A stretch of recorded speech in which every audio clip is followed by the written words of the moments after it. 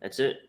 We are live, and this is the Copy Squad's first podcast ever. And my guest is Rob Braddock.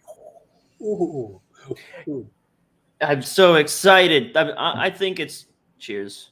What are you sipping on there, brother? So this is vodka.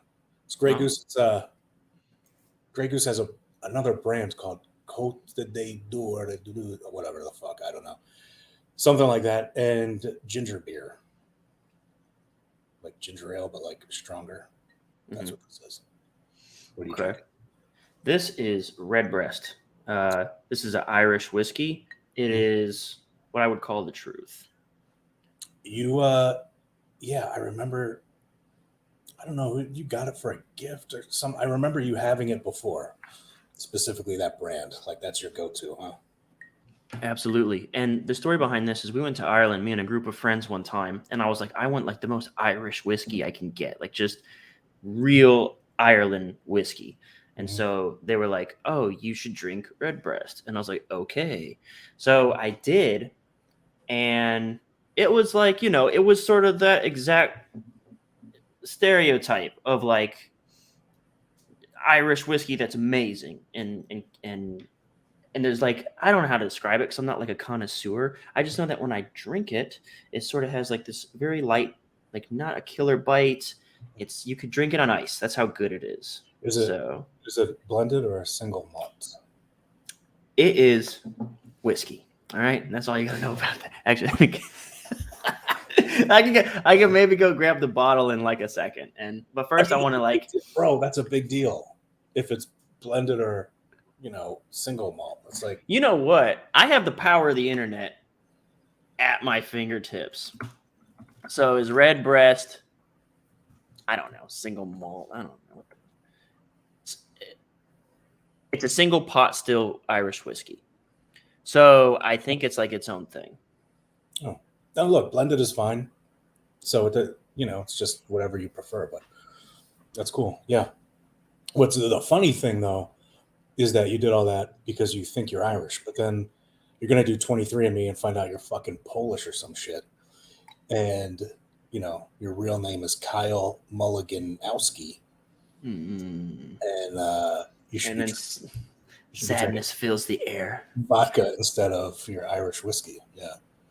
I just don't think that's possible because I line up so well with all like the classic Irish stereotypes. Hot-headed, temper, likes whiskey. And yet just like endless, just bottomless sadness in the pit of like my stomach. And then to top it all off, I write. Like I'm a big Irish cliche, man. And dude, yeah, that's right. You guys are known for being writers and not buttoning all of your buttons on your shirt. Well, I thought I would this is like we're doing like a chillaxed. I'm kicking back, like we're having drinks. We're doing a podcast without like any agenda. We're basically Joe Rogan. You know who you kind of remind me of sometimes? Bill Burr. You ever gotten that? No, but I like Bill Burr. He's pretty fucking hilarious. I love Bill Burr. And also, you guys have a lot of philosophical agreements. Like Look, some of the stuff we cannot discuss. Yeah, he's kind of un-cancellable, right? He's reached that level. Well, that was how he became famous. You know about like his Philadelphia rant, like where he lost his shit. Yeah, dude. Awesome.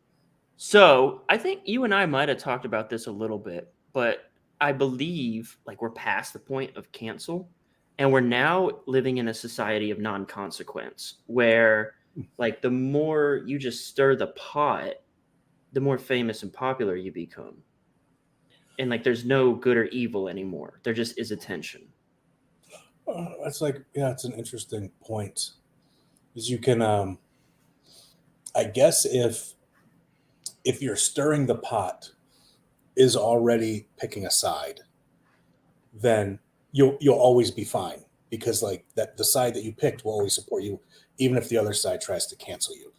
If you're someone who's sort of middle of the road, who's like whatever, well known for a middle of the road thing, famous for a middle of the road thing, and not known off the bat, as being polarizing. I think you could still get canceled. You have to reach I think Joe Rogan has mentioned, he calls it escape velocity, which is like where you become untouchable. Is that what that is? You sort of break out of the gravitational pull and you just become too big to fail, almost like, you have fuck you money or whatever. Like people can try to cancel you, but it just would never work. But if you look at the Cash Me Outside chick, right, on Dr. Phil, like she had no money. she was like 16. She became like a gazillionaire the day she turned 18. Do you know about that? I didn't know when she turned 18. I know she bought like a bunch of mansions or some shit. You didn't know about that? You don't know what happened? No. So essentially, she's internet famous. She like starts TikToks or something like that, and she's like she's being her. She's just being like her most authentic self. And this kind of supports my argument. Like there is no shame anymore. There's no modesty. There's no morality to this. And it is sort of like you just plant your flag and you just be. That's kind of why I want to do this tangent real quick before I get into Cash Me Outside story. That's kind of why I want to do the podcast. Another thing that you and I talked about. We were at Kevin Rogers' Copy Chief Live event 2 years ago, and people say, "Hey, I like your YouTube." It's all copywriters. I'm known for like copywriting and stuff. So I got copywriters at a copywriting event coming up and say, "I love your copywriting content." And I could feel it like a sheath to like a sword. Like when they walked up and said hello, like it would like my mask would come on and they'd be like, "Oh, I love Nesby." And I'd be like, "Hey, well, what's up, Copy Squad?" And so it's like, that's why I'm like, all right, I'm unbuttoning 8 buttons, I'm drinking whiskey with Rob. Because I'm also glad you're my first guest, because I could shoot the shit with you for like 6 hours. First guest, my first promo ever was written with you. It's fucking insane. There's no accidents. It's universe shit, right? Yeah. So why did you feel like, I guess, so you have like your online business that I don't have. So when I'm at those things, some people walk up to me, and frankly, I'm not gonna lie, I love the fucking ego boost, right? Well, you're known in our business, like for folks who are in financial publishing, not just general copywriting, Facebook groupery, or like what I do. Like you're known in the biz, like you're a mover and shaker, like you make shit happen. So like you've got what do you call it? Like you've got merit here. You got like like obvious recognition for like the things that you do inside the biz. Well, so here's the thing though. I appreciate that. But it never sometimes it's kind of weird because I'm like, I have no idea who you are, person who's coming up to me. But I never really feel the need to put a sheath on like you do. And is that because you have there's Kyle Milligan, the person, Kyle Milligan, the writer, which is like a slightly different version, and then Kyle Milligan, the Copy Squad instructor person, and like it's hard to keep them separate. You feel like each one is a different identity or something? I think so. I think there's some truth and reality to that, and I also think it's like it's not assertively provoked. It's like an instinctual reaction. I'm trying to think. It's like subconscious. There's a word for this, but it's like I just do it. Emotional memory, muscle memory of some kind. You could, it could be something like that. Yeah. But it's like, it's sort of like I don't know, like an instinct or some shit. Like I also like don't really cuss very much in my videos and stuff like that. Like I try to keep it very like PG and mainstream, and so that I can reach like a broader audience. But here I am. This brings us back full circle to Cash Me Outside girl. All right, she has all these people simping over her because she's gangster and edgy.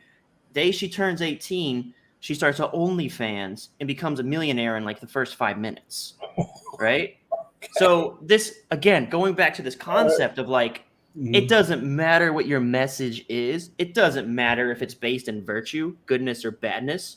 Like what you said, it's almost like more that you plant a very stern and deliberate flag, and then you pole dance on that flag, and you do an upside down split, and you drag your crotch all over it, and you piss on it and make it yours, and you own it, and then you're famous.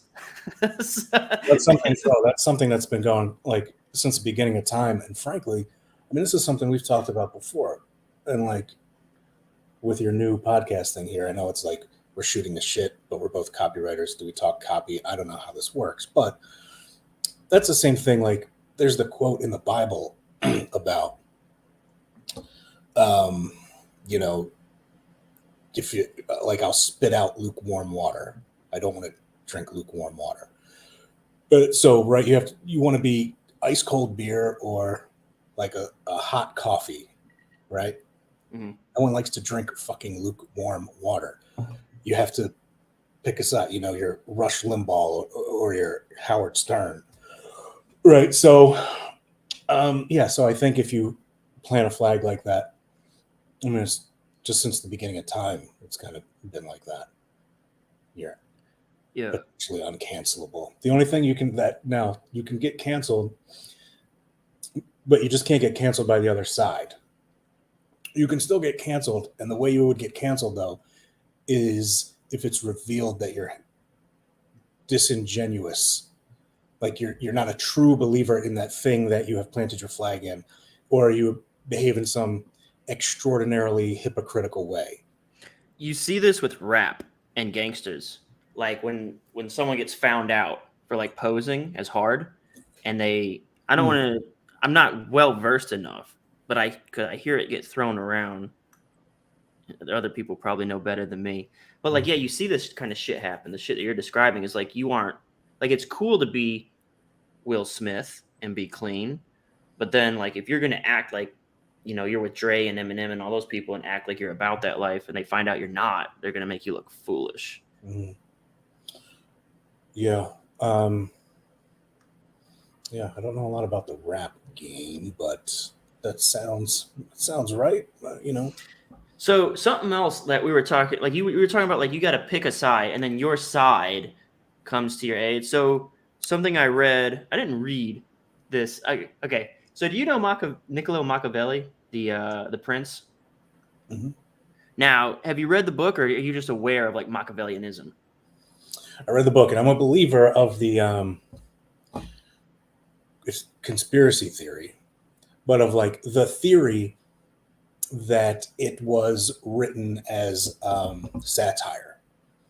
Essentially, it was written as, you remember Stephen Colbert before that, like when he was on the Daily Show? Yeah, with his Republican persona where he's like over the top. Right. I believe that Machiavelli wrote The Little Prince or whatever. Is that what it's just called? The Prince. Wrote The Prince as sort of like that, in that same way. Like, let me show you all the obnoxious ways people in the past have captured and maintained power, you know, and I'm going to, you know, write it as advice, but really it's like mocking the system in general. That's what you believe that to be the case. Yeah. I'm not saying that. Shit. I was about to read that book and base my life around it. I'm going to be a walking joke. That's the thing. It still works, you know. It's just, it's not necessarily moral. So, but maybe it's not moral. Who knows? That's the thing. Like, so you know what? You're a mindset guy. You're writing like a mindset book. Have you've moved that? Has it gone to print? Like, what's the status with your mindset book? It is still being created. So, do you have an Instagram, by the way? Because I'm going to post this on Instagram. No, I have some like old Instagrams, but I haven't logged in like years. So no. Okay. All right. I'm going to post this anyway, and hopefully, you know, just get some cool people in here to join us for our first one. Are we just talking to ourselves? So what? Are we just talking to ourselves so far? Yeah. Well, I mean, there's a bajillion comments. We can run through them if. I'm very impressed with us. There's a lot of comments and stuff over here in the chat. So yeah, I just posted like a story on Instagram, and if you, you know what we can do in this program? I see all these comments. we can do banners, right? Like you could do, so like if you want to follow me on Instagram, which is, I can add it. This is a banner now and it'll pop up. Boom, there's my Instagram, right? Whoa. So it's like right there. So we can put links and stuff. So it's pretty cool little service we got. Okay, so I wanted to talk about mindset stuff. Okay. And one of the things about Machiavelli that I was thinking about when you talk about planting your flag was there was this thing, like some of this stuff feels true. Like, and again, it's like about, that's what I was going with it, is like the difference, like the end of good and evil is like the end of morality. Like, and not the end, but it is sort of like, it's like the idea of being unplugged. It's like the reversal of being woke. It's, or the antithesis. It's like the same concept on the different end of the spectrum, which is that when you realize reality just is, and there isn't good or evil. So like one of the things he talks about, and I only know this from like a book summary on YouTube, I came across this and it made me think, I want to read that book. Mm-hmm. He was talking about in times of war, you should never be neutral. And the argument he presented was, if you side with the winner, well, good for you. Like, you won. Now, so here's the difference. If you're neutral, here's what's going to happen. The winner is going to be pissed off at you for not siding with them and conquer you. Like, now you're vulnerable. And the loser will forever, like, be mad at you. And they'll never ally with you again because they will blame you for their failure. So it's a no-win situation. And that's that whole idea of being lukewarm and just being normal and being average and like so ignorable, right? So that's what I was saying about with this mindset stuff. Like another person that I came across that I was kind of interested in diving more into is Friedrich Nietzsche. You ever read that dude? I was just gonna say, bro, you sound like, I can never pronounce his name, but you're sounding like Nietzsche to me. I'm like generally aware of his stuff. I'm more of a what's his name guy. Oh yeah, that guy. Good old boy. Came up at the same time, like in Austria or whatever. Can you give me like the basis of his philosophy? Maybe I can name him. Little Jeopardy action. Yeah, The Shadow Self. He wrote. Jung? Carl Jung? Yeah. I am the philosophy trivia master. Yeah, like a lot of people read Nietzsche and get black pilled or whatever is what they call it. Black pilled, like nothing. And matters. black pill is where, yeah, like you said, nothing matters. Like, because there's red pill, blue pill, which is about relationships and dating. Black pill is also about relationships and dating, isn't it? Or is it just like? I don't know. The way I first heard about it was just like life in general, like existence, okay. Society. So the way that I understand it is, well, blue pill is you're plugged into the matrix. It's all about the matrix, right? It's like it's an analogy. Like blue pill is you're plugged in the matrix and you're playing by society's rules. This is sort of the concept that I'm sort of talking about right here, is that this indoctrination of what is good or evil, I am starting to begin to personally reject it because I'm seeing way too many bad actors just having just a great time. And they're bad actors by the religious philosophies of what is virtue, even like Stoicism and stuff like that. Like they're just like, and that's what brought me to Machiavelli, was like he has his own virtues and they're not necessarily in alignment with like the classic virtues. Oh man, so I lost my train of thought. I'll try to bring it back. I guess so. The philosophical thing, reaction to that would be like, there is morality. Like, just by you recognizing that you that maybe you don't have to be moral proves that there is morality. Okay. So everything that like you're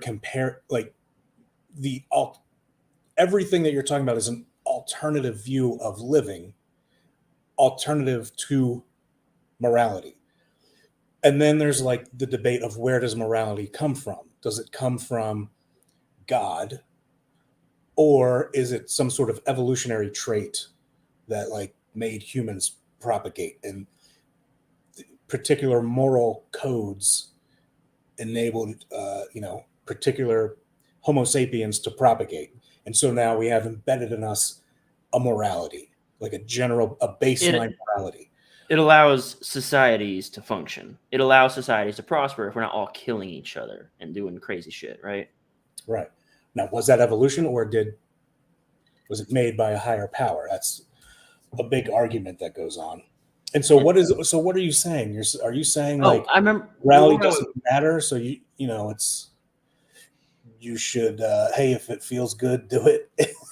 Yeah, so that's like, okay, so what we're talking about now is like, now you're making a case. This reminds me of like, we were talking about, that's where I got off track. That's what Blue Pill was. And Red Pill is the sort of like rejection of like the typical programming of society and saying like, oh, I recognize the world for what it is.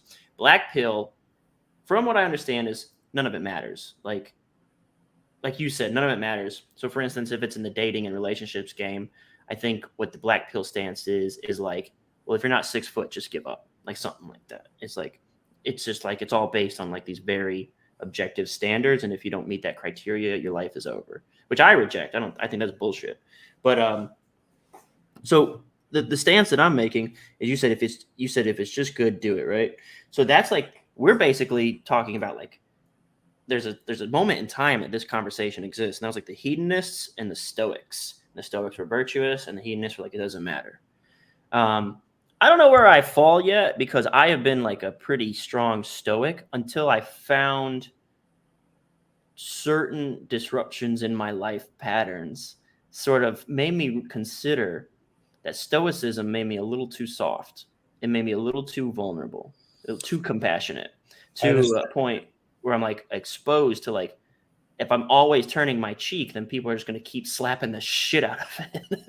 Yeah, I understand the dilemma. I never fully fell into Stoicism. So my like general basic belief in life was like, hey, you can take difficult times and turn them into opportunities. You don't complain about them, like that general Stoicism thing. I think Stoics do focus too much on like, you're going to die and fucking all that kind of stuff. Like, have you seen this ring? Did I show you this? It literally says on my hand, you're going to die. So here's the crazy thing, man. The very first book I ever read in prison. So that's just something that people don't understand about you. You're like I don't want to compare you to Viktor Frankl, but like you had like one of these like and Viktor Frankl was in a Nazi prison camp and like survived, and like he wrote a whole book about man's search for meaning. But you went through like isolation and some unfortunate treatment, and you had to basically dig deep and get your shit together, right? That's your story. So when I checked into prison, like the day I checked in, went to the hole. It was just an administrative thing. They're like, oh shit, we don't have enough beds for you. There's no room for you in a cell. Our bad. Boom, you go to like you're going to the cells, like across from you, like a guy who stabbed a prison guard. Like you're locked in craziness. And I'm just like, I'm just off the street. So I'm in there, and then I get the very first book, like my people on the street are sending me books. The very first book I get, I'm in the hole. I'm in there with another guy, so it's not solitary, but we're in there for 23 hours a day. 1 hour, you can go walk in like a little dog run back and forth outside at like 6 a.m. when it's freezing cold. So my roommate is a guy named Black, who is a crack dealer from Charlotte. And I ended up being in the hole the first time for 19 days. The very first book I got in there was Meditations by Marcus Aurelius. And I read that, and I was like, it was half of it was like a revelation. Like it was great. It's like you feel like you're unlocking the keys to the universe and wisdom. And the other like half of it was cool because it was like confirming things that like, I had naturally developed as my own belief system, just throughout time. And I was like, holy fuck, man. Like without really any legitimate formal education, I developed like the same belief pattern that the fucking Emperor of Rome did. Okay, I'm kind of a badass dude. And then like he was me and the best good emperor were basically the same person. Yeah. And then but there are some things in Stoicism that I just disagree with, kind of like you're going through now. So I also think like Stoicism can be like, I'm too ambitious to be a true Stoic. Like sometimes it seems You like, think it's like too much revoking, like Epictetus style, like you don't need anything. I'm gonna go live on a cot in the dirt, kind of bullshit. right. And anyone who's followed you on Facebook for more than like 25 minutes, you'd actually have slowed down. You've slowed down. You used to post a lot of like, it was entertaining, like your white blazers and don't worry, that's Miami coming Vice back. shit. That's all coming back, dude. Don't worry. You're just on a little break. Yeah. You know, that's something about you and me. So this goes back to the idea of wearing the mask, where that's like, I want to do the podcast so I can just be a little bit more expressive. I don't know, but like on social, I feel like every post, if it doesn't like I'm a direct response guy. Like if it isn't leading to like a link where it's like if it isn't going to result in sales or money, like it doesn't make any sense to do it. And like I also don't put a lot of personal shit. Like I've never used like lifestyle as a marketing tool, which I probably should. Mhm. And I never talk about my money. I never go I have to talk about sales because sales is our scorecard in copywriting. It's how you know that you're doing a good job because your success is measured in sales. But the closest I've ever gotten to talking about money, like my income, is that we have this one line in our cred section is like I paid over $1 million to copywriters and royalties. But yeah, dude, like that's the like you're very flash. Like you're like, pow, pow, you know, like how is that just like I mean you're not driving to it. You just like to get people riled up. Like you like to push buttons and statuses. Like you do stuff like that. Yeah. Look, half of it is just like for my own entertainment, just to fuck around, right? But like probably real talk is that I grew up really, really poor, like really, really, really, really, really poor. Food stamps, no heat in the house, that kind of like poor.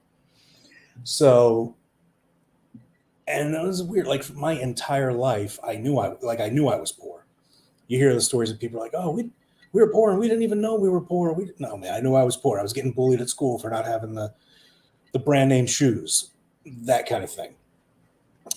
Moving constantly because you can't afford the rent, like, you know, getting kicked out, moving into a new place, getting kicked out, moving to like fucking 5 different schools by the time I was in 3rd grade, like, you know, that kind of shit. So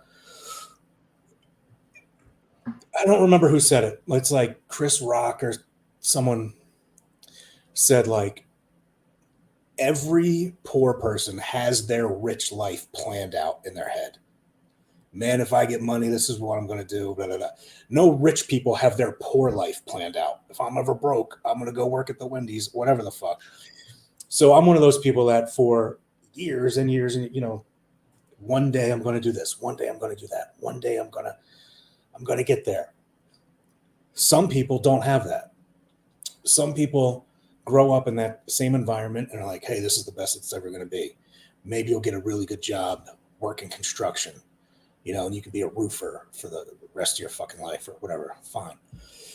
I never had that mentality. It was always like, if other people are doing it, I know I can do it. How did they do it? How did that person get rich? How did they get that car? How did they do that? I can do it. And so there were always some like very specific things in my mind that I thought like, when I get rich, I'm going to XYZ. And so I've been able to do some of this. So like the very first thing was like, you know, I'm going to send my mom on like the trip of her life, right? Pay for everything and fuck it, you know, and I did that. It was fucking awesome, right? My mom would like never in a million years do it and would never even think it's possible. And I was able to do it. It was great. And some other things like I won't get into complete details. The main thing I did was take care of other people first. Mm-hmm. And then like I had to be like, convinced to do something for myself. And I was when I bought my first Rolex, right? And even then, I bought a used one. It wasn't even. Yeah, like it took me 2 years before I bought something, and it was my my Ray-Bans, and they're $230, and I still wear them. They are fucked today. Like, they're just scuffed up. One of my friends put them on, and is like, I can't see you through this. It's like you have cataracts, like you're an 80-year-old lady with my sunglasses, because this watch my like second girlfriend gave me after I passed the CPA exams. Like, I don't have a Rolex. Like, I don't buy fancy shit. I still don't do that. Like, I'm not that. That's what I'm saying. Like, the flash. Like, when people get online marketing presence and they're a guru.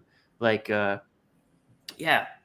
I don't know. I don't know if it's like a limiting belief thing. I remember even being an adult. So when I'm a kid, I'm watching like Miami Vice and like, man, one day I'm going to have those suits. And one day I'm going to have that car and I'm going to have that watch. All right. I was like, yeah, I'm getting that fucking watch, dude. I'm doing it. And then, but the Ray-Bans, that's another thing. Even as an adult, like I remember being 30. And I'm like, there are people who pay $200 for a pair of sunglasses, dude. You got to be. I bought. So I did. You know what? I feel like there's some things coming from your story that I start to realize why we hang out or why we get along. So like, I bought my sister like a pair of Prada sunglasses, and they were like $300 or something like that, and I got them for Christmas. And I don't think she'll mind me saying, but she's an emotional person, and she got a little like weepy, And it was like, these are Prada. Like, it's like, bro, look, like, because I grew up like we didn't have money growing up. Bro? How did that make you feel? It was pretty dope. It was pretty dope, bro. Is that not the fucking greatest feeling when someone like you care about, that you love, that supported you when you were a fucking loser? Like when you can do something for them that they would never do for themselves, even though they really wanted to. That is, what do I have? I'm not saying you're being boring or anything. I'm just saying. She said I need more. Okay, we better step it up, bro. She said, dude, you got to loosen up. You got to loosen up. We're talking about it's too deep over here, too philosophical. You want us to take some questions? I'm really satisfied with the amount of engagement, and guys, we're gonna look at this stuff. You're gonna get the shout outs. Steven, hi to you. KDC kicks butt. Yo to you. Misha says, was either watch this or watch TikToks of dogs eating cheese. And dogs eating cheese is pretty great. So you guys, look, she fucked up. She posted like 3 comments. Oh my God. Don't disappoint me. All right, cool. So apparently, we gotta put on a show. We missed whatever some of these were about. Intrisset, what up, my friend? I don't know who Intrisset. You gotta give me a name. What up, Diego? Let's see. Dude, I'm 16 and went so into copy, it's crazy. I actually want to pause here. There's something interesting here happening. I can give advice to. All right, there's someone. I saw a comment. There was a comment I want to drop to right here. This one. McLaren's journey. I wonder if that's a person who wants to own a McLaren. But he says, HU gang, where you at? Okay. So have we talked, about Andrew Tate by now? Have you seen him on YouTube? I've heard of him, yeah. Okay. So HU is Hustlers University. It's his program. And it's sort of, it's just like it sounds, right? Like it's for hustlers. It's school. Okay. So something that I have been receiving, I have to assume it's coming from this spot, are these emails of, there's 2 varieties of them. The first one is, I will work for you for free. And the second one is, I will pay you, I've gotten the same price point. I'll pay you $500 for 15 minutes of your time. So I assume this is coming. It's got to be a template because I received multiple of the same sort of messaging. So I assume it's coming from HU. So I want to have some feedback. And I understand the intent of these sorts of messages. And like whenever you send these out, you're basically trying to offer value. And like, because if you don't have skills, you don't want to take, you want to try to give. And the offer there is like, I will give you an inordinate amount of money, or I will give like myself for some just to absorb some skills. So I got pieces of feedback. The first one will be about working for free. And Rob, maybe you can back me up on this, but I've done the work for free thing, and I think it's a losing situation generally for the skills team. So I'm the skills team. I got the skill. I can offer you talent.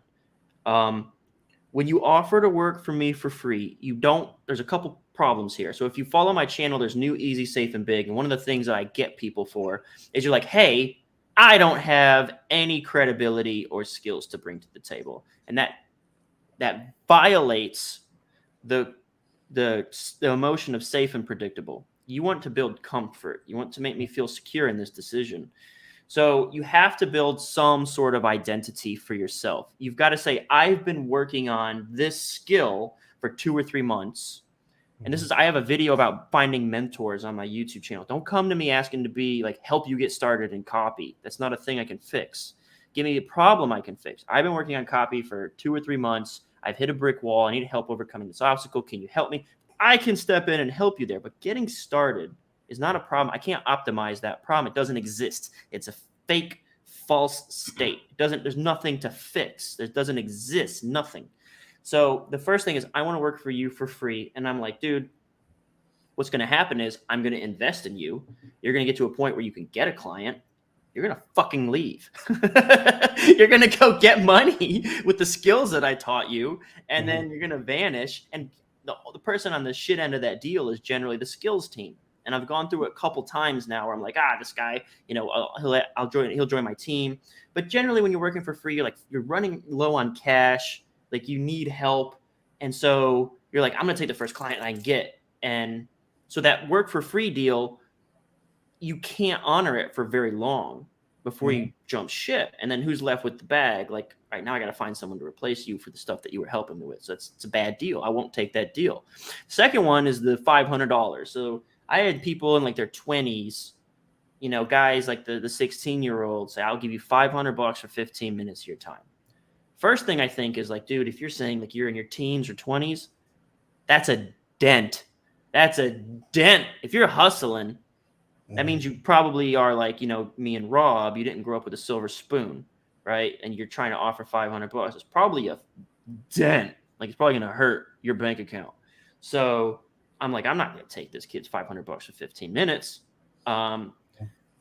Instead, the funny thing is too, like I had a couple of these like comments, emails, YouTube stuff. I actually have a program. Like today I got a comment that said, I'll give you $500 to review my copy. I'll do whatever it takes. And I was like, well, that's pretty neat. But if you'd have visited like my website, I literally do calls every Tuesday for $500 a month where I will review your copy every other Tuesday. I do sales letters and then I do copy reviews. And it's like, you don't have to pay me $500 for 15 minutes. I literally offer this service for monthly access to me and a group of other professional marketers and copywriters that you can network with. And that's $500. So you could do a little due diligence and recognize you don't have to like DM me, be like, I'll give you $500. Like, so I think that's interesting. Like, talk about breaking into the situation. What are your comments and thinking on that? Those people, I think those people don't actually, they might even know that they can sign up for your thing and get the monthly stuff. They're trying. I'm listening. I'm going to refill. I'm listening to my headphones. They're trying to get in front of you. Like, yeah, they want their copy reviewed, but they don't just want their copy reviewed. They want to be known by Kyle Milligan. They're trying to brute force their way into Kyle Milligan's, gravitational pull.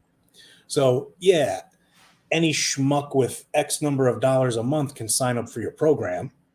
I mean, no offense, but if I give you $500, I'm separating myself just from all those guys that are paying your monthly thing, dude. I'm like, now it's just you and me. And I think that's what those people are trying to do. It sounds like it's an interesting tactic.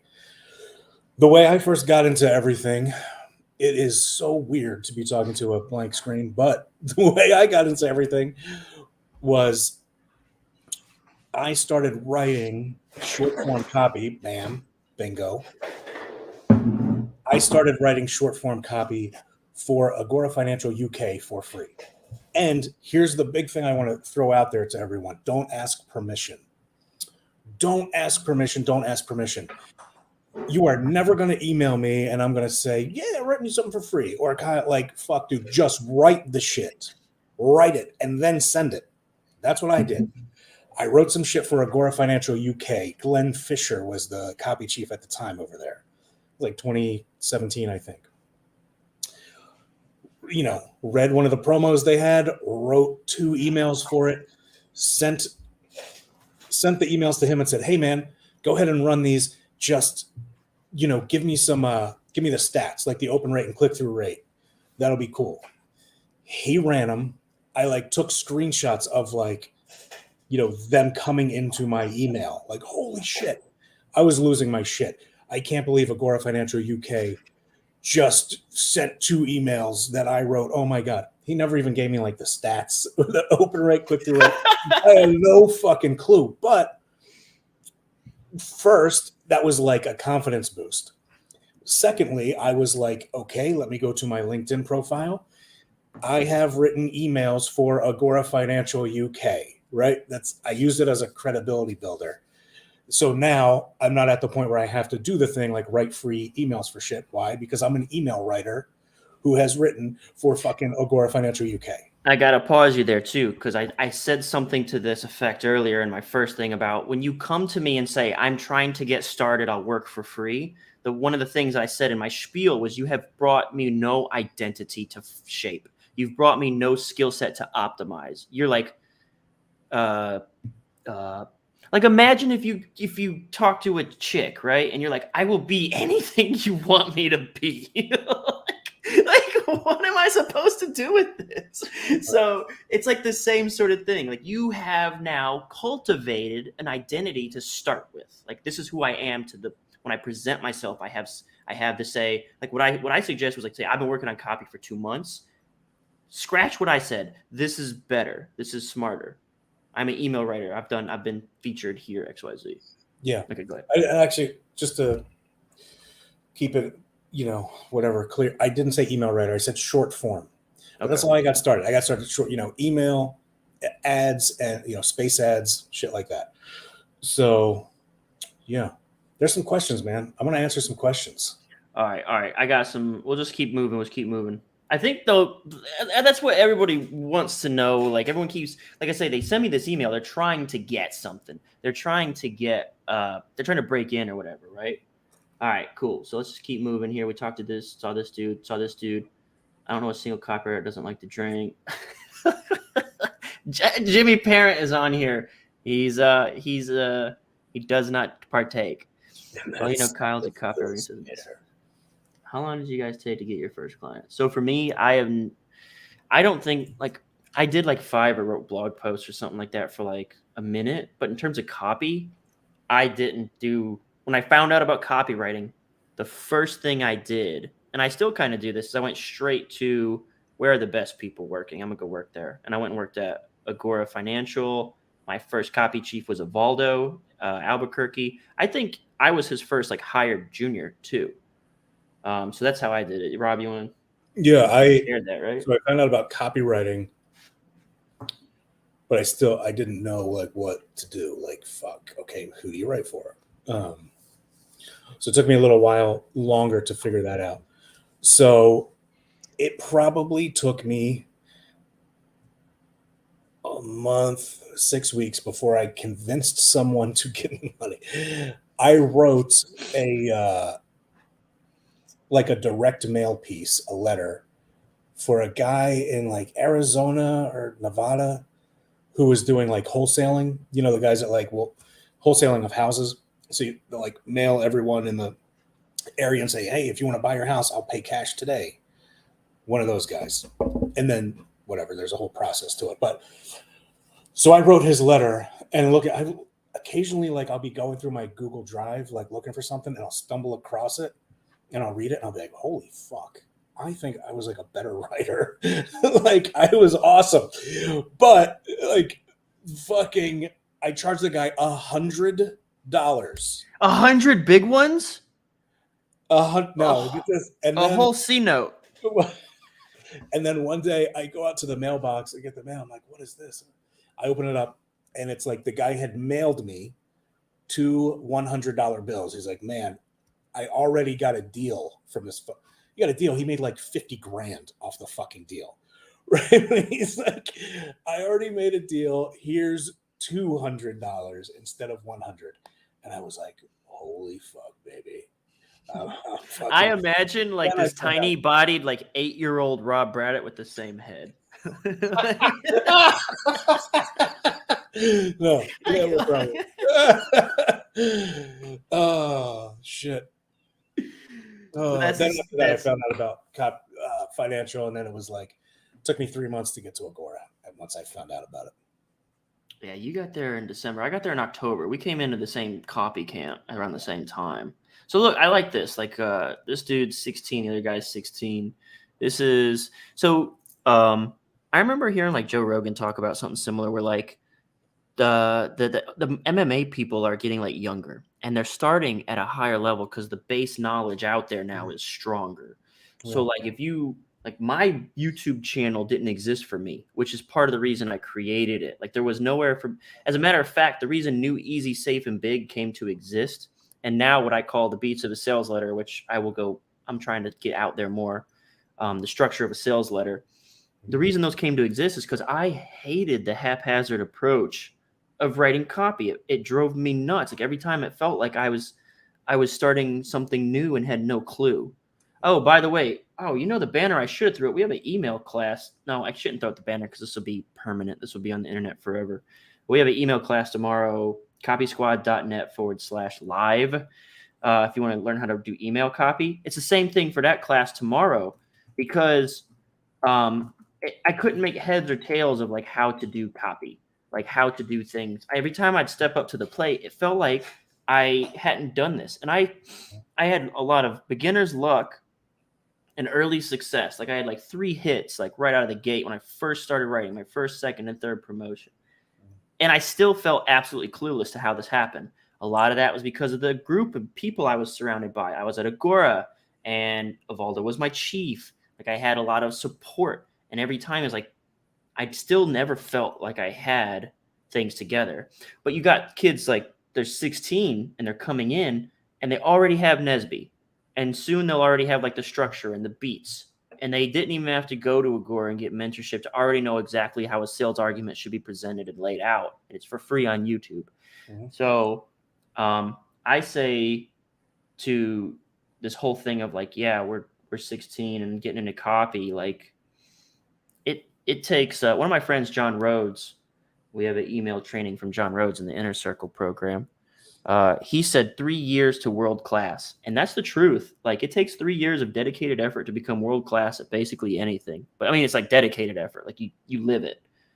3 years of immersion and you're fucking pretty sick. Interesting. Because like, so what happens though is like in the MMA world, there's like waves. There's new waves. Like the fucking champion in 2001 wouldn't be ranked in the top 50 in his weight class today. Right, and there's like stages of that. The top guy in 2010 wouldn't be ranked in the top 20 today. Just wouldn't. Mm-hmm. Because of what you just described. So, like, is it like not too far off where Mr. 16-year-old Diego here, is 24. He's been doing, he's and we're relevant. We're relics. We're relics of. I mean, right. People offer these swipe files, and I don't want to dog on any other marketers doing. That's the thing. Like I try to look at marketers as objectively. Like I almost look at them as presenting a persona. There is like almost no good or evil. I'm not going to take a stance on like how you present yourself. You're doing what gets the eyeballs. If you're a marketer, that's the game we're playing, right? You're playing how to get eyeballs. So I don't try to judge them.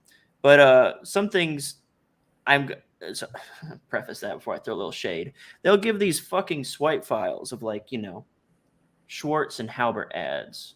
Yeah. Bro, copy it. Word for word. Put it out. Like, there might be some principles you can garner from that experience. But like, that's not how the biz works. Like, that's not the thing that's going to get you gigs and get you clients and get you sales right now. Mm-hmm. I mean, do you follow? Do you agree, disagree? So 2 things. I think swipe files are typically for like a little more advanced copywriters that are supposed to buy it. Like it shouldn't be the first thing you buy. I have a problem with swipe files in general on a moral principle of selling the stuff. I talked to the one, I don't know, there's the newish guy that's like really been hitting it lately and has done very well and has blown up his Facebook page huge. I can't remember his name. He's blowing up. Legends or something? Legends of Nobody. Copy. Do you know what I'm talking about? Legends of Copy? Is it Matt? Matt what? Maybe. It's like it's Bobstead? Matt Bakken set. Okay. Right. Yeah. And so, I'm going to throw this at, we're it's going on the internet forever.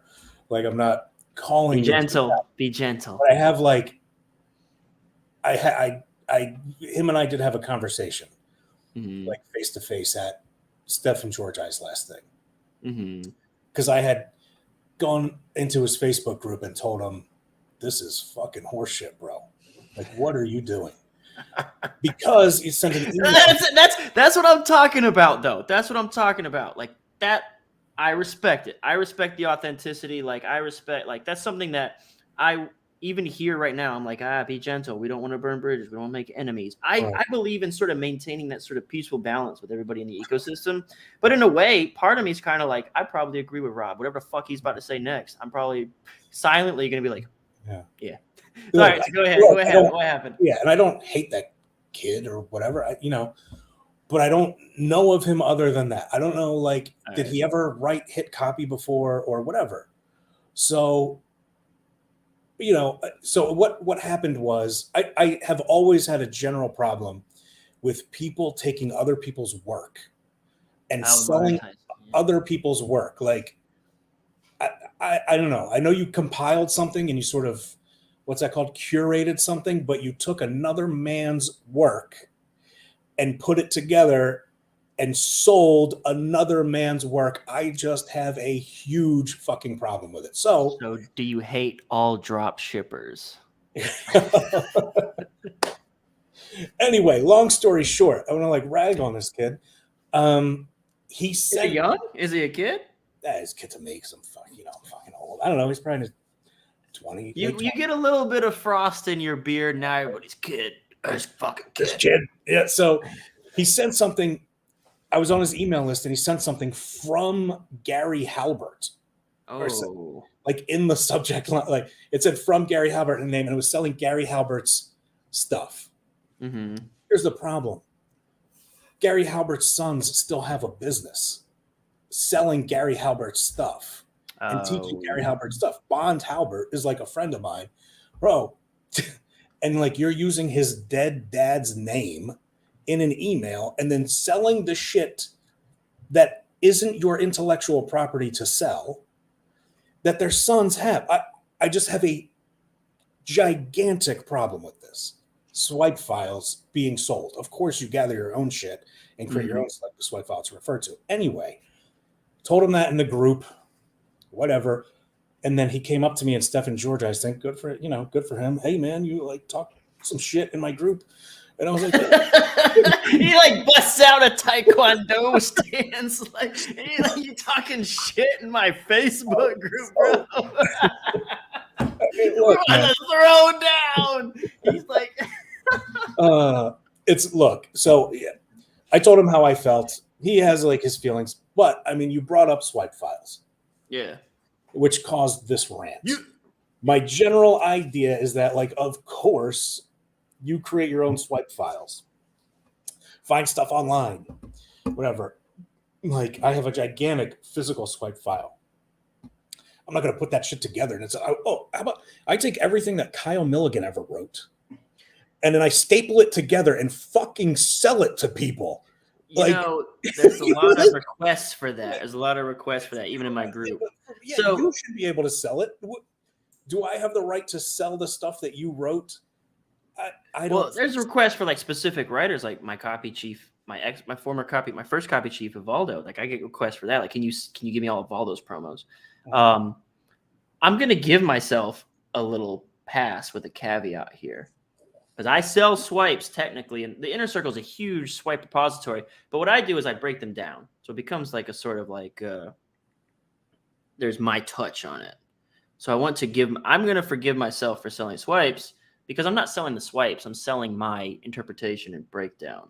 I don't consider that a swipe, especially there. And I might be nitpicking here, but yeah, you are providing like another service within it, and that's how we learned at like Agora with like Joe Schriefer going through and like, you know, pointing things out.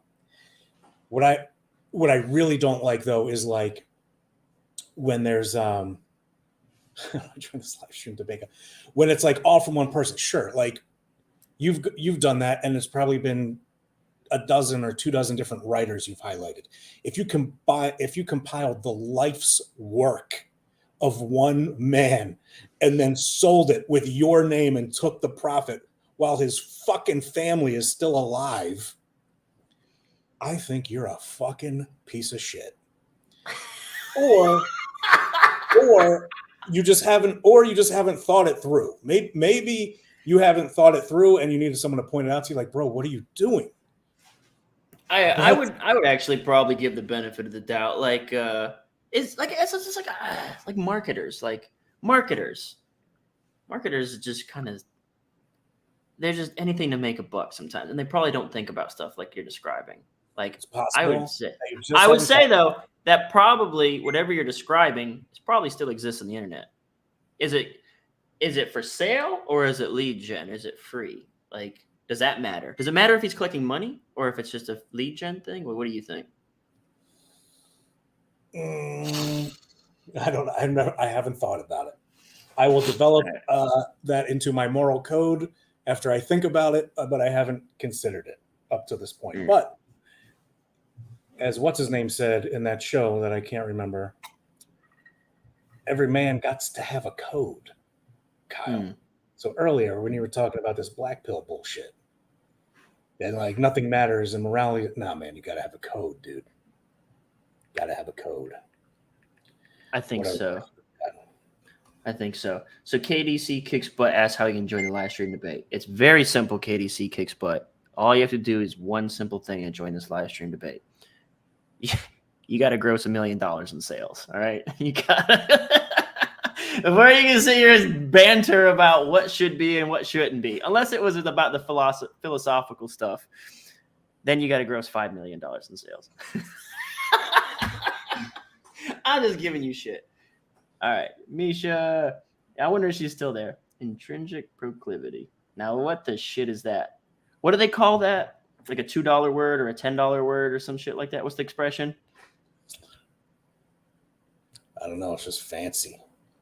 There was a lot of. All right, we're going back. These people were here early in the stream. You know what I'm happy about is this was far less effort intensive than I thought. And I do believe that folks, especially like who are looking for, we're talking philosophy and pills and stuff like that. And I do think we still dropped a bunch of shit that people could use, like get their first gig and break into the industry and get mentorship. It was some of this other day. If it was 50 cents, that wouldn't have been a big deal. Wouldn't proceed the same way. I'm not sure what that was about. I should have probably looked at these earlier. Not saying they're right, just proceed different. What up, Dad? Next is the HU gang. Would love to hear your guys' POV and thoughts on current state of financial pub industry, current environment. I've got thoughts on that. Look, you inhaled. You're like, go ahead, man. Go. You take it. You obviously have something. I mean, I got something to say. Right now, shit is wild out there, bro. If you're aware of the environment, like you must be. Shit. So that's like the Does she want to say hi? Does she want to pop in and say, Hey, hey? you Does wanna she have say her hi? hair done?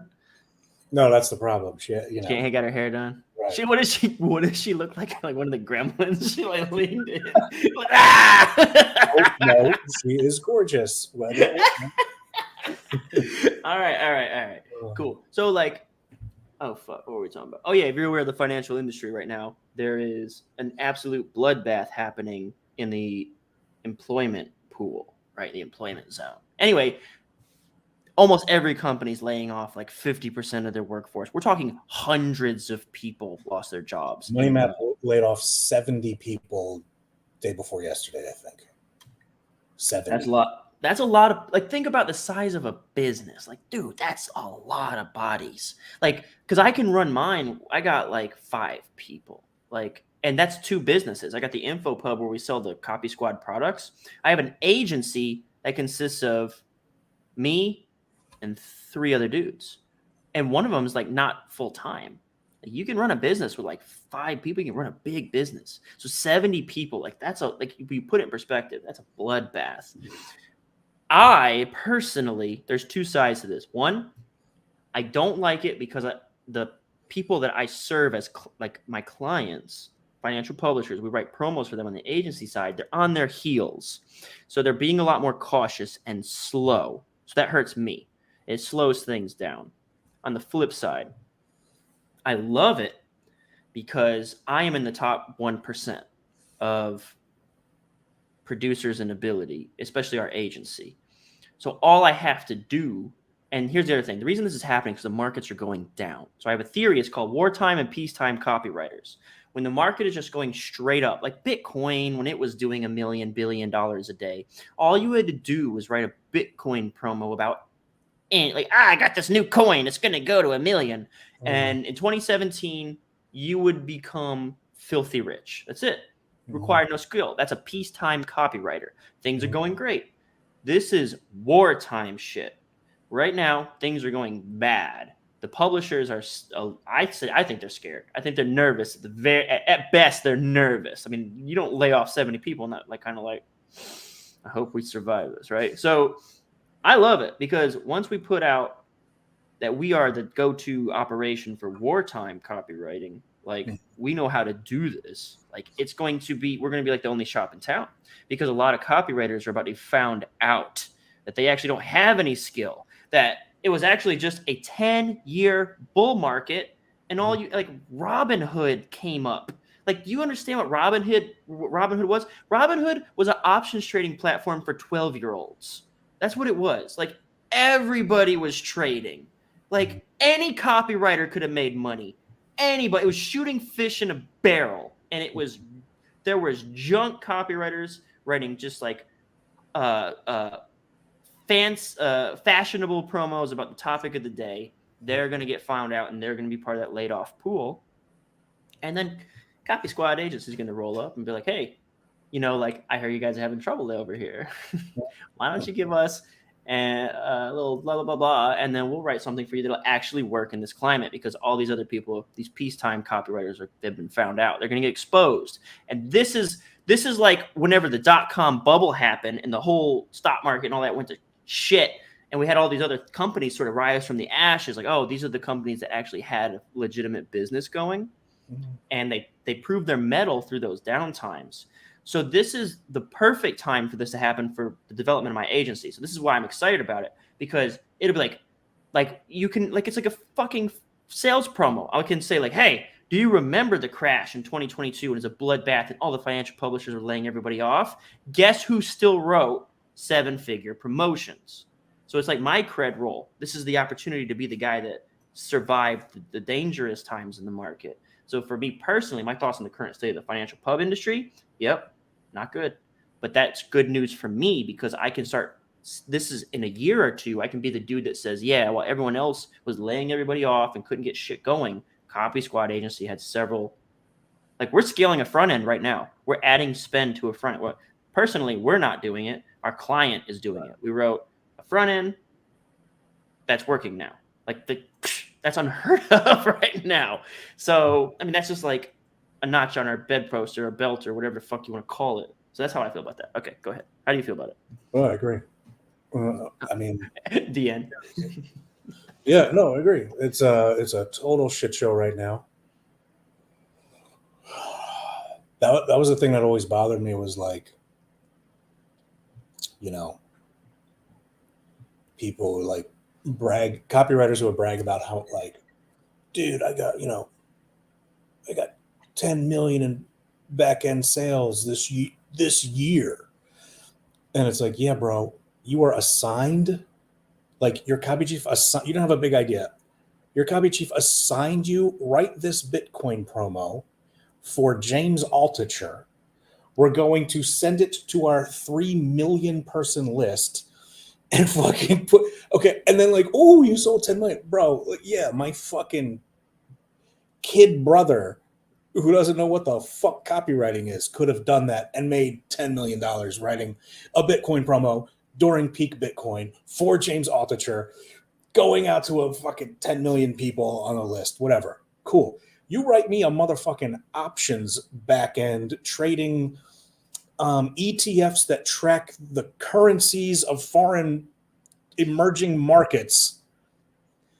Okay. And with someone with no name and sell $3.5 million worth of that, I think you're a hot shot copywriter. I want to interrupt to brag on us for a minute. I think you'll appreciate it. Okay. Because what you're saying is inspiring me to brag on us. Okay. This exists because of Braddock, right? Oh. This right here, this gold record. So, and what happened is we took a no-name guru with no credibility or track record that we could use because we couldn't acquire it because he came from another pub. We could literally not use any of his history or track record. So he had no history track record.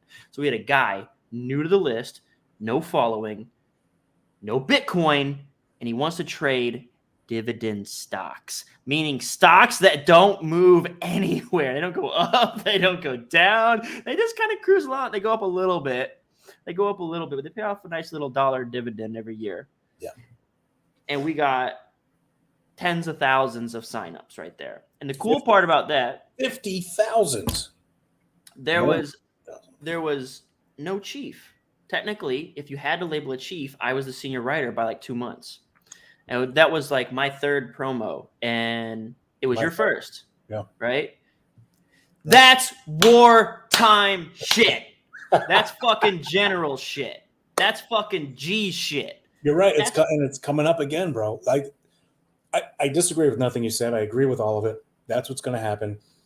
You know, the wheat, the shaft, the cream, the top, all that shit. Shaft like, and the cream. That's going to happen, bro. It's shaft. What is it?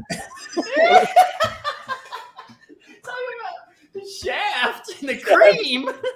Shaft. I don't know what I was thinking. It's wheat from chaff. Yeah, and then the cream rises to the top. Yeah, something like that. Yeah. All right. Okay, cool. So that's the state of financial promos. Whatever.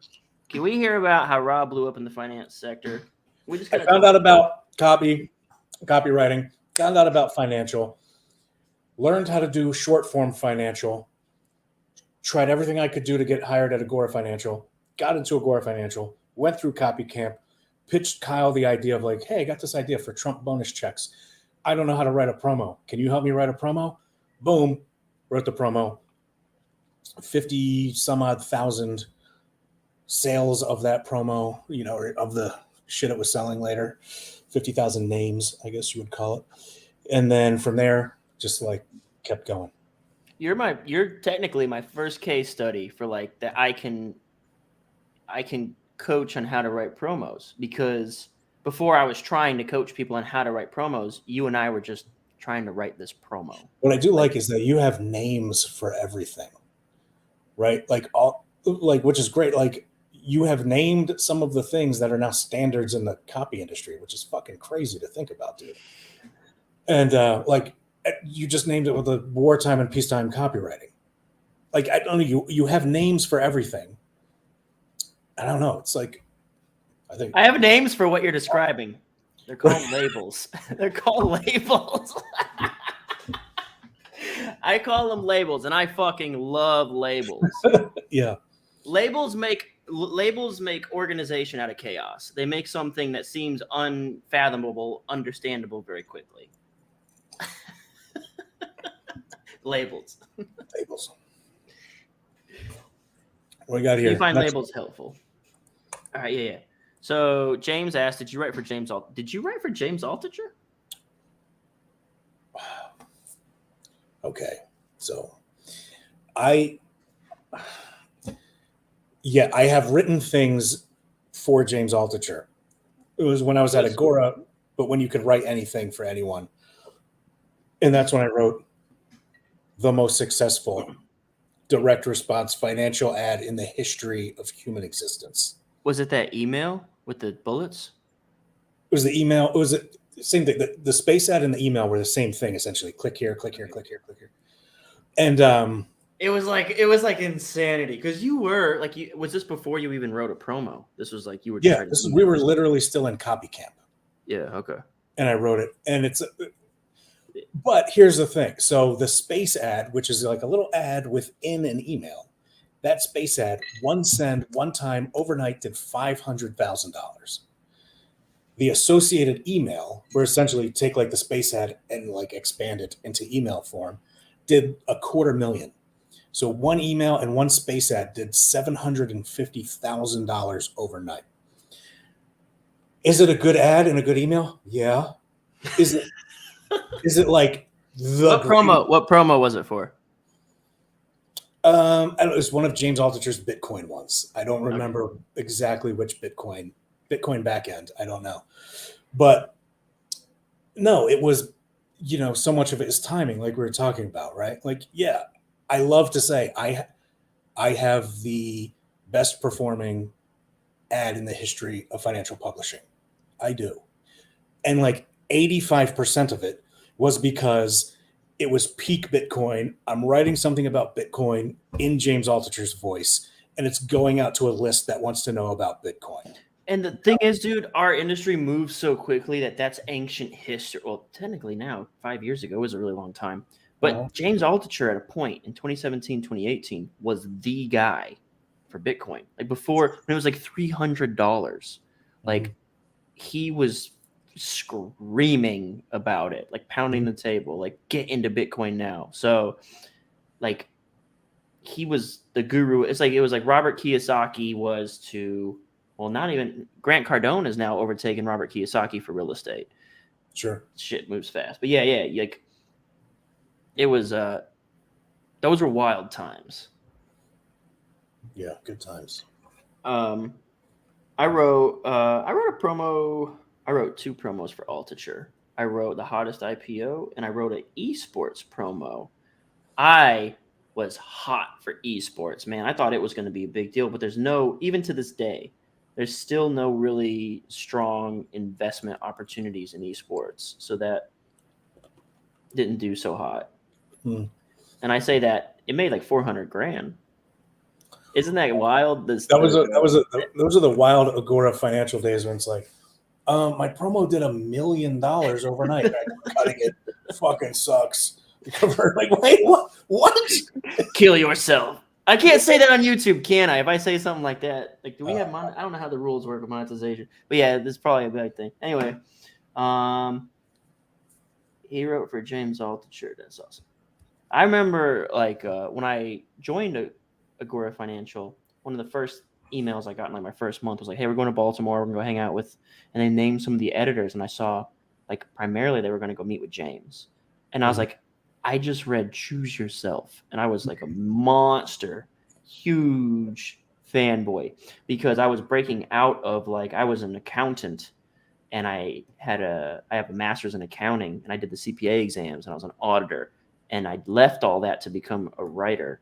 And one of the things that I read was Choose Yourself, which is essentially about, like, hey, man, you don't have to just get a job like an accountant like I was doing. And I was like, that spoke to me. I had no clue he was a finance guy in that way. Like, I just read that book. I thought he was like an entrepreneur, hustler guy. And so I was super stoked when I found out he was like going to be there. I remember being a subscriber to his newsletter. Like, he was the first podcast Like I wasn't into podcasts either. It's like 2015 or 16 when I started to get into like James Altucher's podcast and stuff. Motherballs, did I just time travel to 2018? It was weird to me because it was like, oh, he's a famous person. You know, I'm like, oh, he's a famous person. And then like I was I have this picture right here. I'll show it to you. I don't know if you'll be able to see it. Let me see. You want to share? Oh, it's not share screen. It's on my phone. Okay. I have, you know, so I'm like 6 months off of probation, for God's sakes. And I'm like, and then I'm living in the Agora Financial apartment. And like James Altucher is there playing ping pong. Can we just acknowledge how badass that is? Like we were living, like what a cool company and time to be alive. Yeah. Can you see that? Oh, yeah, yeah. I wonder if I can just blow you up. There you go. That's James Altucher. And that's the ping pong table. And you see that, oh, we're playing beer pong also. Do you see that? Mm-hmm. That's Doug. Who's taking a sip there? Yeah, I see. You see Doug? Oh, wrong. Uh-oh. Wait. Blacked out. Mm-hmm. Yeah. The publisher. I'm like, I couldn't believe it. Like, holy shit, James Altucher is in my apartment playing ping pong. I didn't even have the fucking balls to walk up to him and introduce myself. It was just like, he was there. And I was like, these were the days before you were $1 billion Braddock. Right, of course. But isn't it wild? Like when you really look back on it, you just said you were basically living in a frat house. You were living in the Agora Financial like corporate housing. And it really was just like, it was just like a frat house of like 5 copywriters. Like it was the fucking greatest ever. Like, I don't know if that could ever be reproduced, but if it, you know, Joe Schriefer was like so intent on like investing in copy talent and training it up and whatever. I know it took him a lot of time and effort and money. And that was like, dude, you were like one of the chosen ones if you were in there. And that's why I could never understand. Like, bro, to the point, like you're living in it's not just like some shithole. It's like Bill Bonner bought this and like renovated it. And now he's like renting it out to Agora Financial for the fucking tax break or whatever. And then, you know, they're letting you live there. They got cleaning ladies coming by. They're replacing like your toilet roll. Like you don't have to do anything. The toilet paper, like, and it's just focus on copy. Just learn copy and fucking write good copy. That's the only thing you have to think about. And it was spectacular. I mean, and what kills me is like, I know like there were some guys that were there that quit. Like, this isn't for me. And I'm like, how could this not be for someone? And I guess it's just not, but I'm like, man, this is like the fucking New York Yankees just called you up, bro. And like, they want you in AAA for like 3 months before they bring you onto the team. And then you get onto AAA and you're like, oh, it sucks. I don't want to do this. I don't get it, man. I think it was a fantastic time. And now it's almost like chic and cosmopolitan to talk shit about Agora Financial.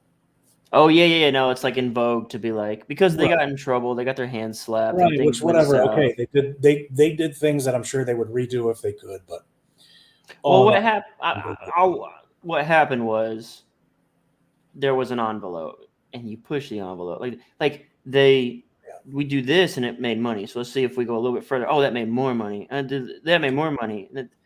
And eventually they crossed an invisible line that had not been drawn yet. Right. And then once it was drawn, they were well on the offsides. Right. That's a good point. That's a good way to say it. But I will never ever talk shit about that company or the people that were running that company, especially while I was there. It was fucking awesome. I to this day do projects with former publishers there. To me, and I've said it on like my YouTube channel 100 different ways. Like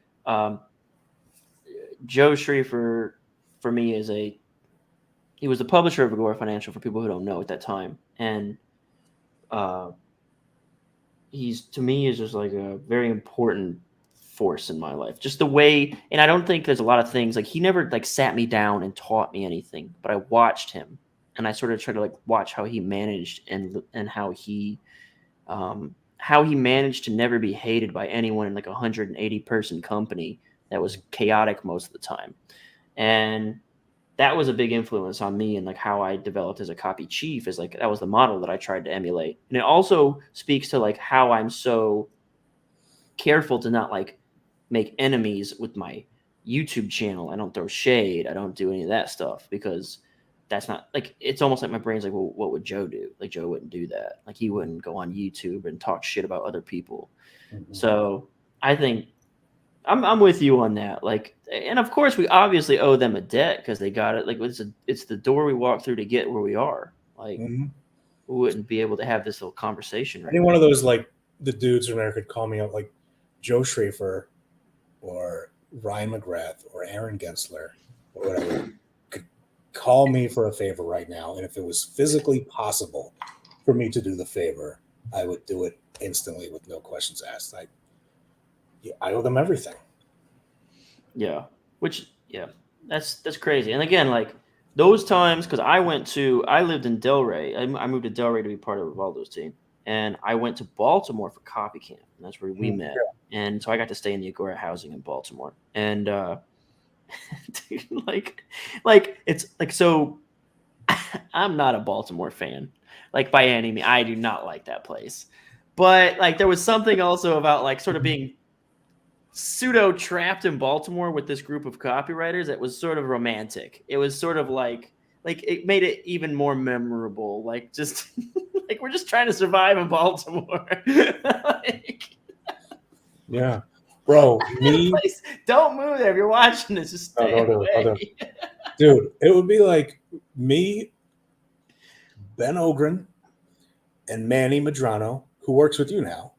Manny, He's my senior writer now. Yeah.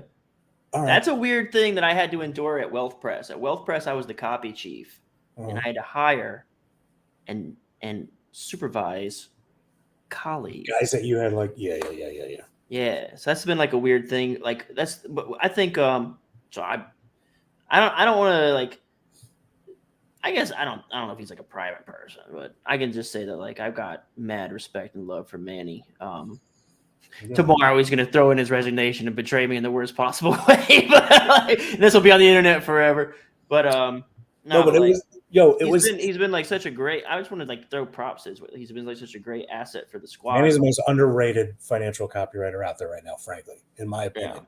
Because all the good, like everyone knows the names of the good ones, but they're like you really don't hear his name that much, and he has written so many. He doesn't do the social media stuff. He doesn't do Facebook. He doesn't do anything. Yeah. He just keeps himself and writes. That's how most of the good ones are, though. Yeah. To talk about like the romanticism of it, like it was me, him, and Ben. We like wake up 5:30, meet downstairs, walk together through like the dark, freezing cold Baltimore streets. Every time I hear a noise, I'm like, huh.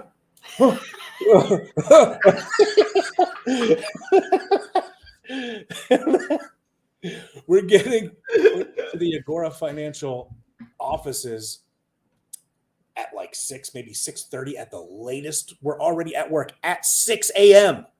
We have the fucking alarm code to get into the building. And then I still have my little Agora door scanner. That's how into it we were, man. And like now I can look back and like I do romanticize that time, but I'm also like, I would never go back there to Baltimore. Fuck that noise. Yeah. It's one of those things like, well now we don't have to. Like now we're blessed and lucky to not have to. Like now I can live in Boca Raton and pay 3 times the the cost of living of anybody else for basically like a studio shack. Yeah, but there is something to that. Like, so when I was at Wealth Press and I was the copy chief over there, I was one of those dudes because it was I respected, like, the Agora companies would do it, market wise still does it. You have to move to Baltimore to join their team, and I have a better deal, or I had one when I was at Wealth Press, which was you had to move to Delray Beach or Boca, which is like, oh, that's not, oh no, I got to move to the coast of the tropical paradise vacation spot. But I did it because, I mean, there's something to be said about like having me right there over your shoulder, literally saying your copy sucks. Because I'm just going to be really mean. I am a mean copy chief. And like that's what you got to endure if you're going to be one of my team members. But the other thing is like you don't understand the like there are copywriters are creatives. They're creatives. Like I don't consider myself a creative person, but what we do is we do manifest. We manifest messages. We create stuff, and most people suck. Most people are fucking boring. They don't have anything to say. They don't have any like original thought. And you need to be like when you're surrounded by creative, like whenever, it's almost, I'm going to throw the C word out. It's almost like a cult.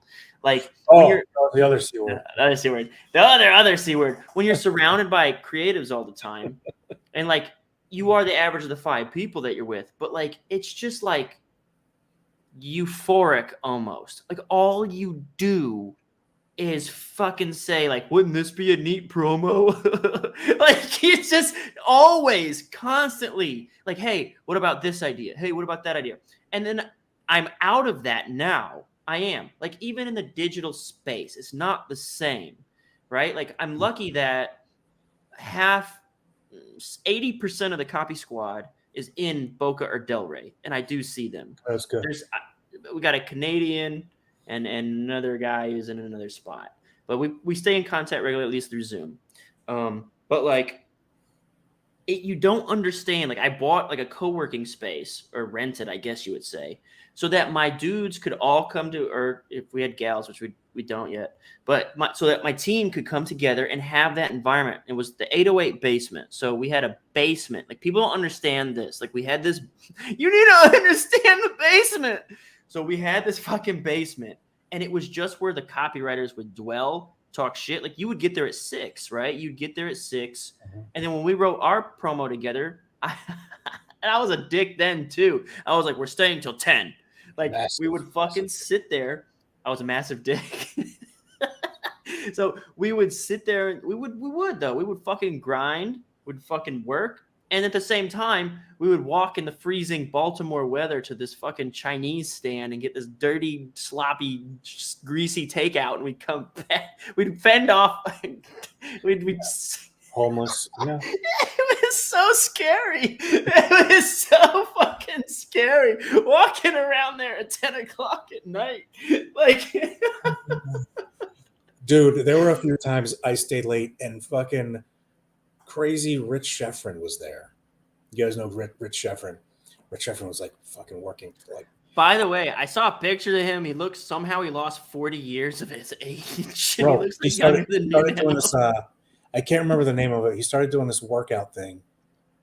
Like it's a chain. Like you can go, like not P90X, but something like that. Some branded thing. And like this dude, he's 50 something. He's like fucking 6-pack now and shit. Like he's shredded. Anyway, he was there helping me. Like he just happened to be there. I happened to be there at 10 o'clock. We ended up staying. He's helping me write stuff till like 2 o'clock in the morning. And he's like, oh, I got to go get something. We like walked to the 7-Eleven through Baltimore, like stepping over homeless people. Rich is I don't know if 7-Eleven is global, but if you don't know what a 7-Eleven is, it's not super safe feeling after like 9:30 p.m. Right. And it's like we have a 7-Eleven in Boca, and I felt a little bit like in Boca's palm trees and like old rich white people everywhere, and I'm like, what? It was a crazy thing being out there with him because Rich Sheffrin is like, he's like the guru's guru. And I'm like, it's 1 o'clock in the morning. We're in Baltimore. Like, what the fuck are we doing? And he walks into the 7-Eleven and he knows everyone by name. Like, this is just like what he does on a regular. Like, he's like, what's up, Joe? So cool. Like, hey, yeah, like, what the fuck? Dude, and the crazy thing is, like, okay, there's something else we haven't even highlighted. So this is something that is insanity. So hang on. Can you hold on to that thought? Can you hold on to that thought? All right. I have to I'm going to replace myself with someone else to hold my space like a seat filler while I use the restroom. Okay. Hey! I mean, I can always just like go full screen and do it myself. Did she put on her face? Is she ready to No. rock and roll? No! Sorry, no. You get this. You get this version of me. Ah! I know, right? I know. No, I've been literally. So Rob has an office, as you can see. It's a little bit not cute, but whatever. He's a dude. If it was cute, I would actually judge him. That's true. It is his art, though. So like he does anyway. He wait. It's his art. He made that. Like, he painted no, that. Or like something? he purchased this deer with Okay. flowers. So he does Okay. have this whatever side. All right. But yeah, no. Since there's only one office, I literally sit in bed all day. That's my office, and it shows. That doesn't sound even a little bit depressing. No, it's pretty great. I'm not gonna lie. So. You Sorry, literally you work from the bed then? Like you don't even get up and you can manage to do that? So sometimes I do work from the couch, but that's about it. Yeah. I've tried literally every other room in the house, the kitchen table. Sometimes if I have to, do Zoom or whatever, I go to my daughter's room because she has the best Wi-Fi. So it's very profesh. If you guys are ever on my copy calls for Copy Accelerator, I will be in my daughter's room. So I have like 700 workspaces. So I've got like this spot in the house and I rarely use it for actual work. I only use it for recording. For actual work, I'm generally at coffee shops. Like I don't feel like I can get anything done at my house. Definitely not in my own bed. Like I would just go to talked sleep. about this at the thing. What was it called? In Financial Orlando? Marketing Summit the other day. Yeah. And I still don't know how you do it. I still don't know how you can have noise and write at the same time. I don't know. I feel like so I have an office that I pay for down the road or whatever, and I have my own door and a lock and all that stuff. And I thought that would be great because like you're talking about, like I could just block off and like isolate myself. It feels lonely. It feels too isolated. It feels like a cold. And I'm not a good decorator, so maybe that's part of the problem. There's literally a countdown chart on my bulletin board that counts down to my death, which is something we kind of talked about with me and Rob earlier. Like, I don't mind that though. It's oddly motivating, right?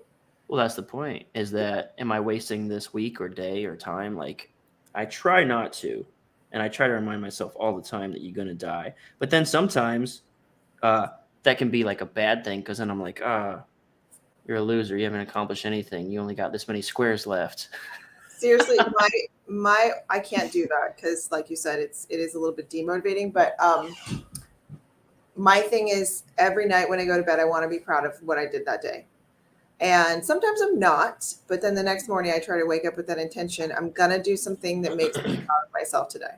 When you have a thing that you want to be proud of, is it so? For me, I can say it's the deep work thing. For 2 hours, I want to create. I want to create for 60 minutes and 60 minutes. I want to try to do something creative. Like either I'm chiefing someone. Now it's almost exclusively chiefing someone's copy at the agency. Do you have a regular thing that you want to accomplish that makes you proud of yourself, or is it something different every day? No, I think I've watched enough TikTok that I can accurately diagnose myself with ADD. So it's a different thing every day. It's something, I've achieved something. I've decorated the house for Halloween. I didn't do it. So it yet. doesn't have to be. It doesn't have to be work related. It could be anything.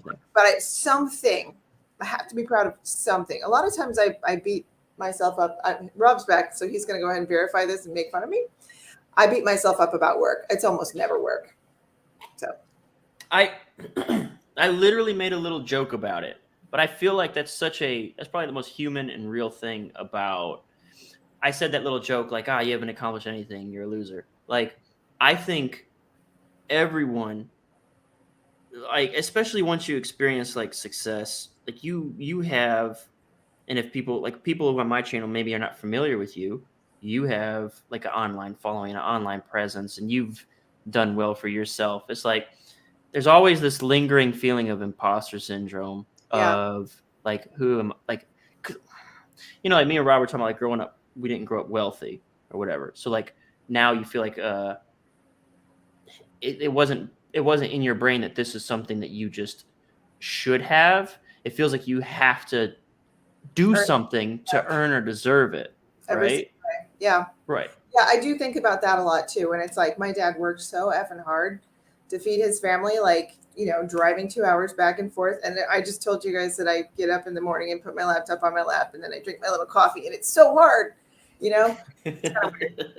So, you want your seat back, mister? Oh, he switched to rum, you guys. So if you guys are still talking about young, it's about to get really weird. We ran out of vodka. He's going to get belligerent. Yeah. Which is cool. Bye. Thanks for stopping by. Man, we've been going for an hour, and this is like a real Joe Rogan podcast. Jimmy Parent did the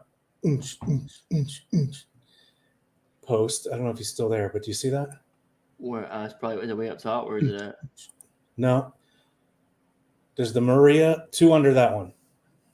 Oh, okay. Well, I was going to address this really quick, actually. Oh, too. yeah.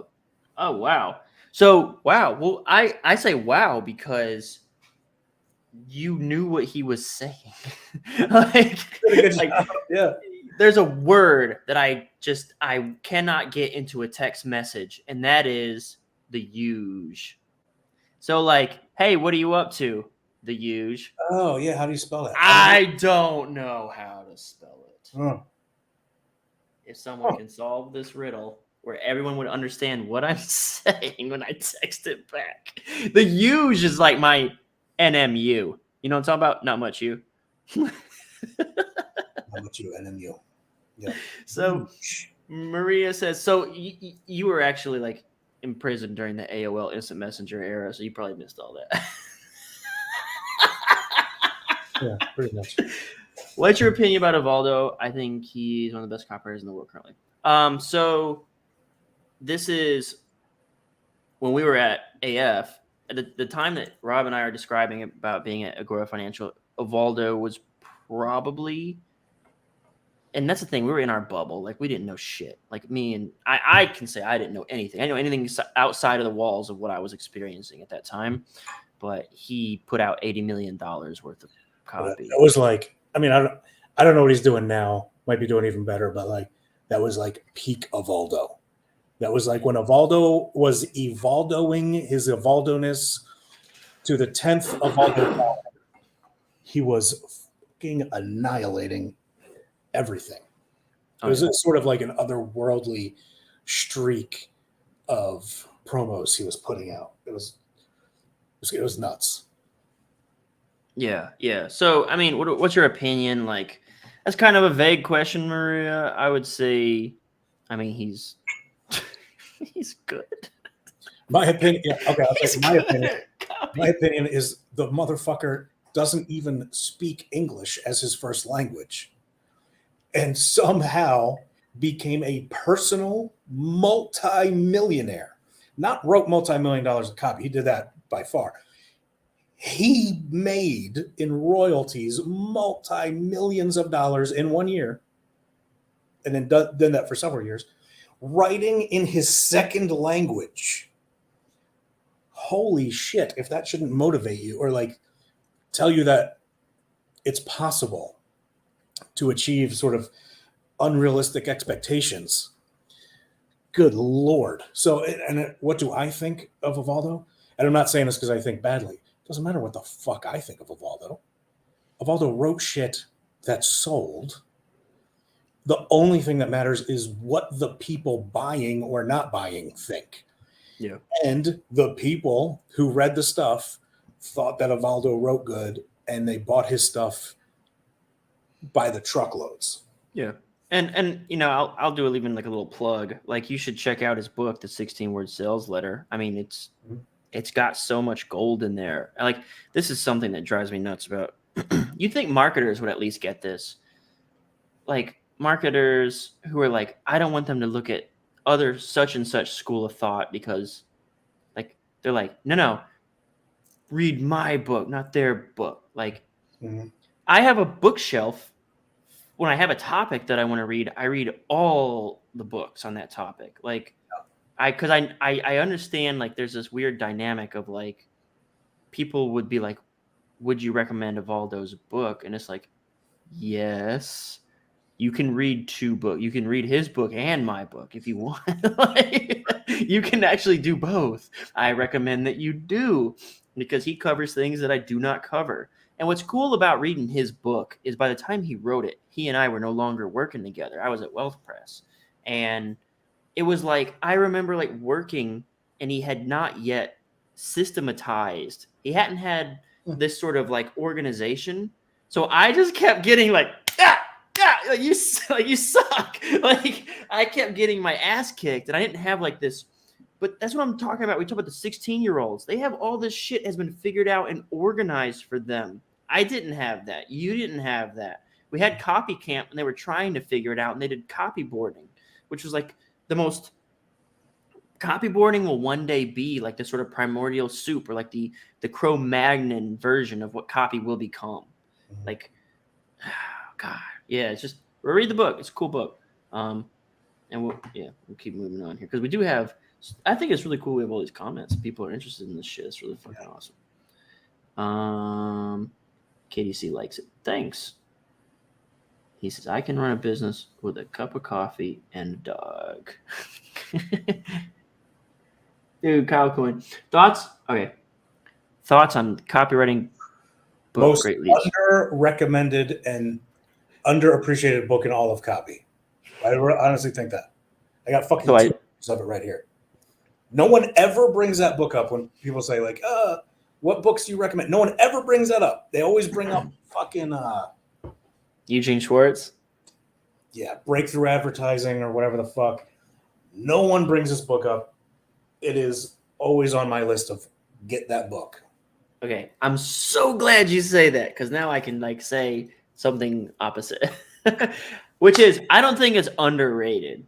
So I started reading that book in October of 2017 because that's when I started at AF, and they're like, here's the books you got to read. I read the first part of Ready, Fire, Aim, and I stopped reading after 1 million because there's a part like 0 to 1 million, 1 to 10, 10 to 100, and then beyond. I only read the part where I was trying to get to 1 million. And then I read Architecture of Persuasion by Michael Masterson, which I do like and I do recommend. To this day, I still have Great Leads on my bookshelf, and I haven't finished it. I, for whatever reason, just couldn't get through it.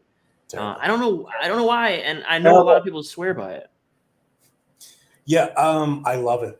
I don't know, and I always refer back to it. I was just like, I have a few different books where I always have to just kind of look at things to make sure I'm not forgetting shit that I'm supposed to know. But so when I say it's like underrated, I don't know if you go on Amazon, it has a bunch of stars, but like, I don't know, it never comes up in the list of like, hey, what books should you read? No one ever talks about it. So that's why I say it's underrated. But okay. I mean, that's fair enough. It could definitely be underrated. But okay. So here's something as a guy who hasn't gone through it. I'm just gonna throw this. I think this might actually be closed right now, but I'm gonna throw it up anyway. I got so many banners over here. Copysquad.net/7 pages. So I do have this program. It's specifically about leads, like the book Great Leads is about. And in Great Leads, he sort of teaches you, it is like 7 different lead styles, right? Like 7 different lead types. And for me, that's too complicated. I need things to be very simple. This is where like people will say to me, like they'll be like, like you're creative, or you can do this, or you can do that, and you can do this. And maybe it's imposter syndrome, but for me, I disagree with them every time they say that. It's like, no, I'm not creative. No, I don't have these skills. If you look at like the reality of my systems, I have to boil it down to like kindergarten simplicity. So like 7 pages to 7 figures. Yeah, you'll have to get on a wait list if you want to buy it. But it is a leads course, and it's the same shit. Like I couldn't fucking make heads or tails of fucking breakthrough advertising. It took me like 6 months to read. I can't make heads or tails of most of this fucking shit. So I had to come up with something stupid simple that I could write a lead. And I did this again when I was at Wealth Press. As a copy chief, you get these perks. The perks was I was attached to 7 promos at any given day. I was working on just an insane number of promos. I probably touched somewhere between like 50 and 70 promos in like a year. And so I saw, wait, stop doing all this. These are the things that are common across all the promos. So 7 pages of 7 figures is about all you need are these. There's 5 main things that you need. There's so many numbers, but there's like 5 main things that you got to convey in the first 7 pages. I don't care if it's a secret lead. I don't care if it's a guru lead or a proclamation lead. I don't know any of the prediction lead.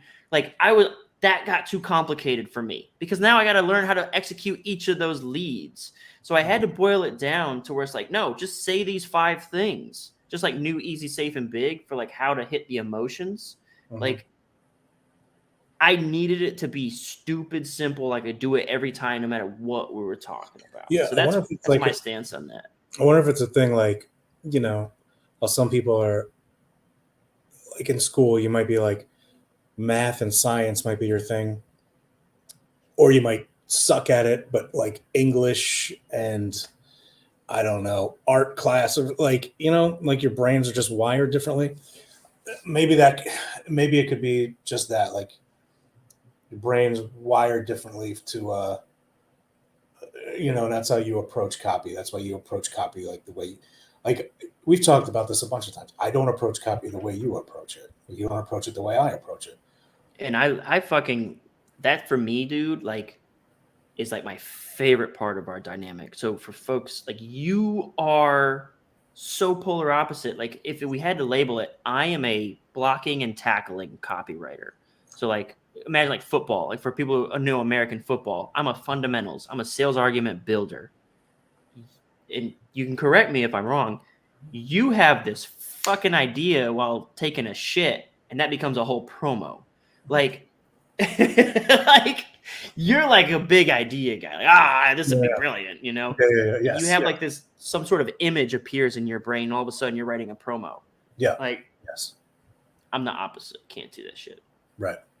No, and it's like really cool. It's like, that's why, like it's very difficult to have 2 copywriters write one thing together. So I would never recommend it, but I think maybe that's why, like when we came together on that thing. How could you not recommend it? Like we did it once and it was a monster success. I don't think most people could pull it off. I think it's very difficult to have 2 people work on one thing. Well, there has to be an agreed upon thing. So like when we did do it, there has to be like it can't be parity. It can't be equal. There has to be one dude who has power to override. And when we got together, I said, I'll do it, but I demand power to override. Mm-hmm. And so there has to be like, because otherwise it'll become like this circular, like never ending battle. Yeah.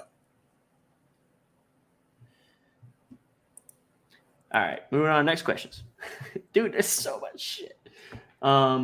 Wheat in the shaft. Okay, people making fun of my fucking wheat in the shaft. The cream and the shaft.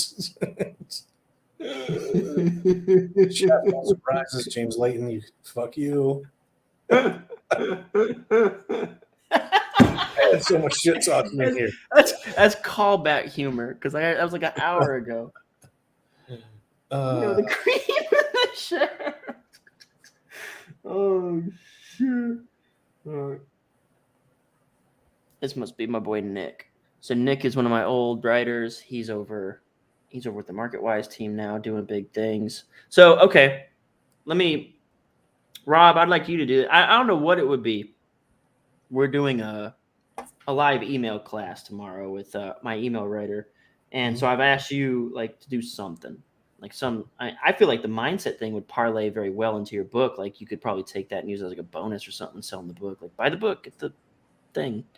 Okay. But yeah, so Nick, I've asked to do a how to break into the industry video because Nick has like a very cool experience. He's been trying to share. Like I've seen him he's on Reddit, like trying to help people break into the industry. We had our spiel too, but he's got his own story too. So I think one of our live classes is actually going to be Nick trying to help people understand how to get your foot in the door. And this is something I think is really important.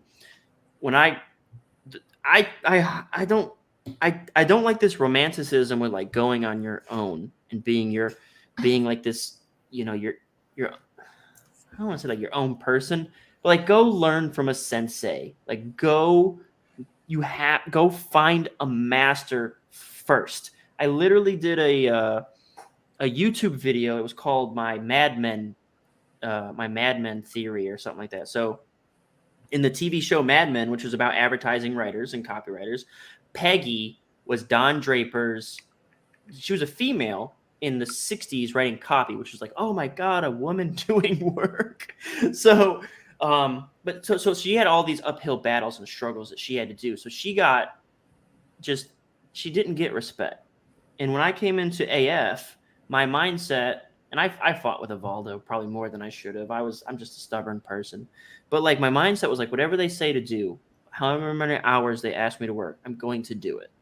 Because I know when I get through the other side of a year, I will be among the top qualified writers in the world, which I feel to this day is still true. But I did it standing on the shoulders of giants and taking my lumps. And I feel like I'm such a boomer. I sound like when I talk, like these fucking Instagram culture and these fucking kids on TikTok. Like, they go and they fucking do this little dance, or they sit on a Lambo and now they're famous. Like, no, if you want to actually have long-lasting skills and the ability to survive winters, you have to have some fucking merit. There has to be some merit. Some. So, like, I believe in that philosophy, because, like, no matter what, dude, like, you can't kill me. Like, now, what do you, like, no matter what you take away, even... I say, if you want fuck you money, you have to have fuck you skills. So you have fuck you skills. So now you have money. And guess what? You could stop everything for fucking, you could give it all up, and you could be a fucking homeless person. We could drop you off in any city in the country with $20 to your name and just your driver's license. And you have the skills now that you could just, you could get back to where you are now. It's true. And I mean, I walked away from golden handcuffs at Wealth Press. So like, I was making I was doing well. But I wanted to do things my way. And I did have the money that if things went sideways for months to years, I would still be okay. But it took me a couple years of like those, like, just nonstop, like 12, 13. I remember I invited a dude to come help me out. Like, he wanted to change. I don't know if maybe I can talk about it, but like, basically my number 2 right now is my brother-in-law. Okay. And he was in North Carolina. He's married to my sister, and our town, like I said, I grew up poor. Our town doesn't have a lot of money, not a lot of opportunities. And he wasn't happy with what he was doing. And I was like, dude, come here, be my administrative assistant, and just do everything that's not copy related for me. And whenever you find something that you're interested in, I will plug you in. And he came and was my admin guy at Wealth Press, helping me keep things organized. Like, I showed you on our call, I showed you like how I organize copy chiefing. So I had him like build a lot of that stuff for me and help me keep stuff organized. But he took a liking to design, and he's always been like a drawer and an artist guy. And he designed some of our slide decks, and I was like, this is pretty damn good. And he had no training. So I hired Laurie Haller, a friend of ours. She's like a direct response design consultant, and she's good. And I hired her to work with him. And now he does, like, dude, our copy squad, like, website, YouTube channel, thumbnails, all that stuff looks so great. And it's because this dude who was working in a forklift factory line wanted to like try something new.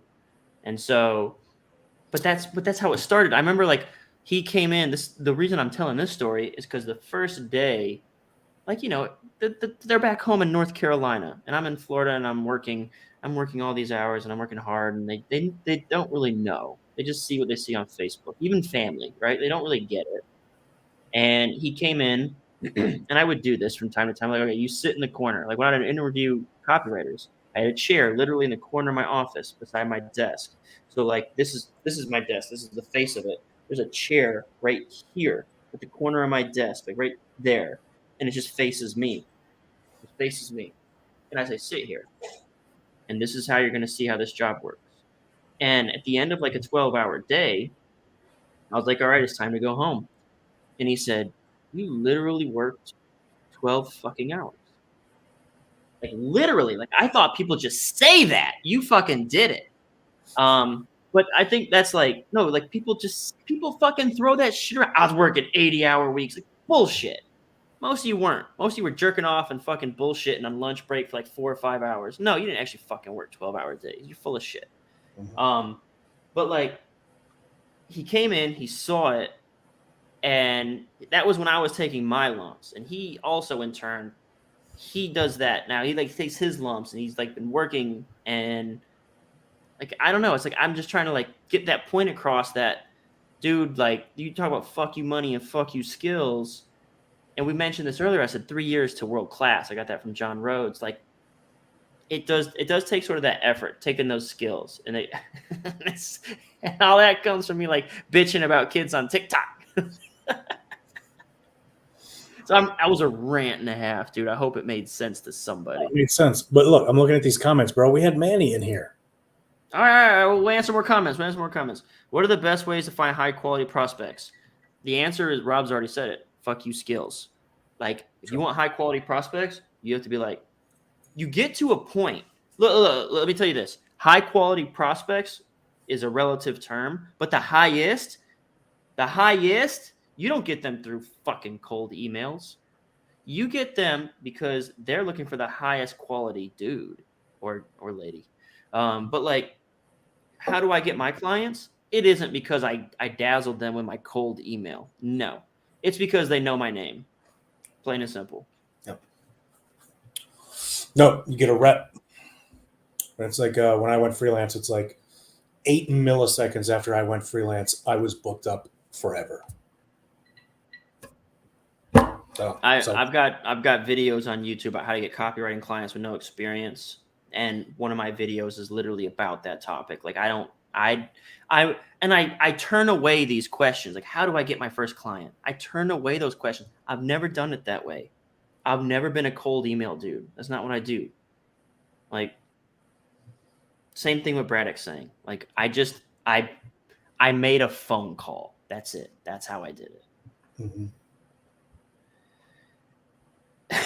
I love this. Labels separate us from the enemies. All right, I'm gonna show some Jimmy comments. I mean, most of them are just fucking nonsense.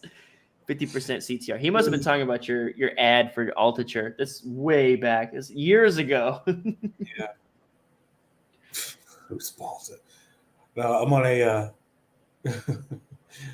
I'm on a text. We're in a text group with me, Scott Sutton, and Jimmy Parrott, and like, yeah, sometimes it can get off the fucking rails. If any of those text messages are ever leaked, all three of us can never work in the industry ever again. It can never happen. There's like this flashback to like Rob's like, I would never talk shit about anybody at that company ever. And it's like you open the text messages. It's just like any company. It's clicks and drama and all that bullshit. We bitch. Everybody does it. But you do it like you do it tactfully, quietly to your roommates. Like, god damn it, that motherfucker. Anyway. This is an interesting one. Top 5 copywriting influences. Do you have an answer to this? Does that exist for you? I'll try. Let me try off the top of my head. Top 5. There is a company called Stauer. Stauer. They do costume jewelry for women and like $100 watches that are made to look like Rolexes for men. And they advertise in like magazines. I have a swipe file of probably 50 Stauer ads. And each Stauer ad, they'll have like a picture of the thing, of the watch, and then a story. Like it's legit story copywriting every single time. And then calls to action, boom, like they are a legit direct response copywriting company, Stour. When I was locked up in prison, a bunch of magazines getting passed around, I started to notice, man, what is this company in different magazines too? So like National Geographic, then like Scientific American, all these different magazines would have like 2 or 3 full page, full color ads. And I remember looking at them and going, these sons of bitches don't have like a real store. They're just doing this like online. I can see here they're sending people to like an 800 number or go to the website. I had no idea what copywriting was at the time. But I remember seeing this and being like, they're spending a ton of money. This has to work. Whatever this is has to work. I don't know what this is, but I know I could do this. I don't know. Do I have to go to college for this? I don't know. So I started ripping them out. If I ever do another call with Kyle, I still have the folder. I have a folder. I have more physical Stour ads ripped out of magazines than I bet Stour the company has. I have all of them. And I didn't know it was copywriting at the time. I just knew it was a thing I could do. And so I would have to say that they were a huge influence, probably the number one influence. Then it would be Dan Kennedy, then Gary Halbert,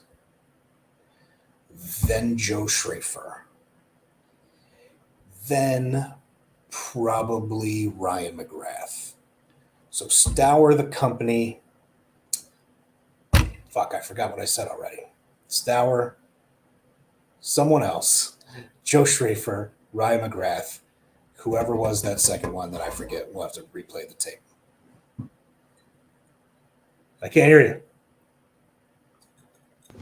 Whoops. Okay. Yeah. How you?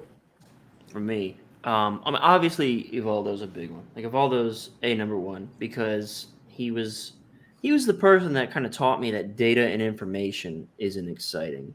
Like I remember this conversation very clearly.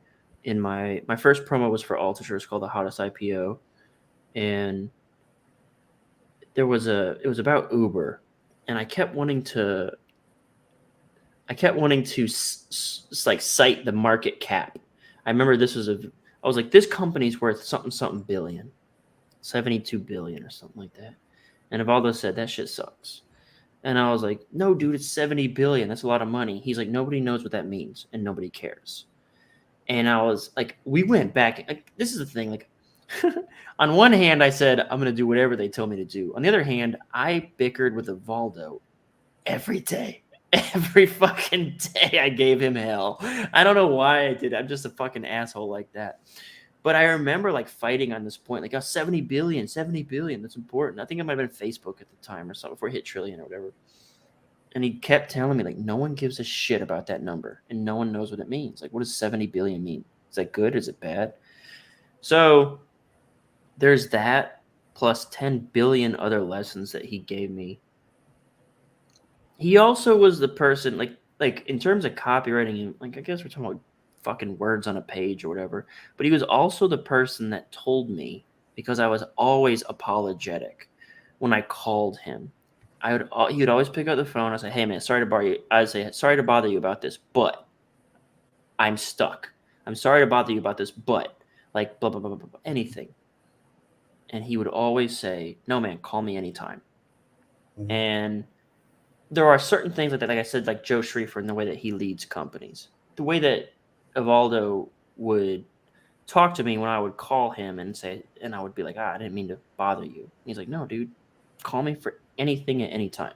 Like that. I took that. That's a thing that stuck with me.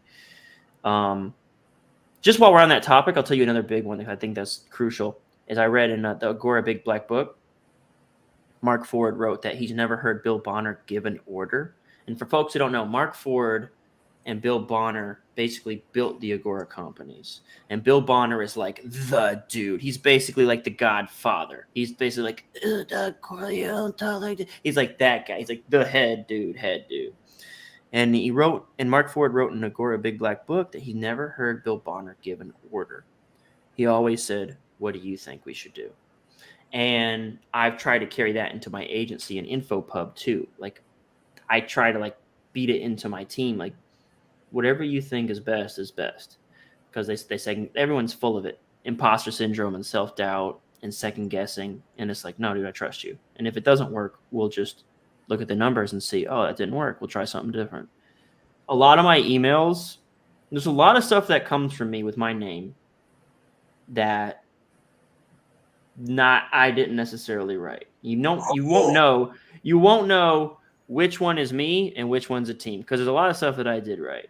But I have passed the faith of my name onto my team. That's how much I trust them, and I tell them, like, hey, man, you can do this. You can do it. You can put my name on that. Look, I'm joking about it, but that's actually like a big deal. Yeah. To like let shit go out in your own name that you're not even looking at before it goes out. That's pretty nuts, man. Yeah. Well, I want them to know that I trust them. I think this is a thing that I took from like the leadership that I've worked around. Just the fact that they empower their people. They trust them. I don't believe there's a dude on Facebook that talks about, I met him. He's a cool dude. I can name him. His name's Ed. He talks a lot about Ed Ray, R-E-A-Y. He talks a lot about like his experience working with a well-known copywriting guru. Okay. He talks a lot about that, and he has a horrifying experience. Apparently, it wasn't good at all. And it's like, I want to be at least better than that. I don't know. Maybe the antithesis of stuff. I want to be. I don't know who it was. I don't know if I'm supposed to say. Like, I feel I'll text it to you, but I don't know if I'm supposed to say. I feel like everyone's supposed to know who he's talking about. I feel like everyone's supposed to know. You're talking about like I know what you're talking about. Dan Locke, however you say his name. Could be. Could be. Fuck that guy. Who cares? Dan Locke, whatever. The thing is, like, if he don't want me spreading it, then I'm not going to spread it. I remember that. I remember that now from being a thing. Yeah, no, I think he was pretty clear about that. Mm-hmm. Yeah, it's fine, whatever. But anyway, like I feel like that shit sticks with you, like how you lead people and how you grow people and develop people. And so I've always like watched for like the good leaders who are generous, and I try to emulate their best traits. Now that doesn't mean Evaldo is a perfect person, but there are things about like the way that he did his job as my copy chief that I was like, I took the best parts that I thought he did great, and I tried to emulate those in my own copy. So like in copywriting influences, obviously him, because he was my chief. He's obviously an influence because he influenced every word I wrote, right? It's like a black and white influence. Second, and third would be like Ryan and Joe. So Ryan McGrath, Joe Schriefer. Because when I stopped working with Evaldo, joined like a team and went very committed when Agora started splitting into different publishing groups. He joined a team, and I wanted to be a floater. I wanted to be like almost like pseudo freelance within Agora. And when that happened, I joined up. I did a couple projects with Ryan.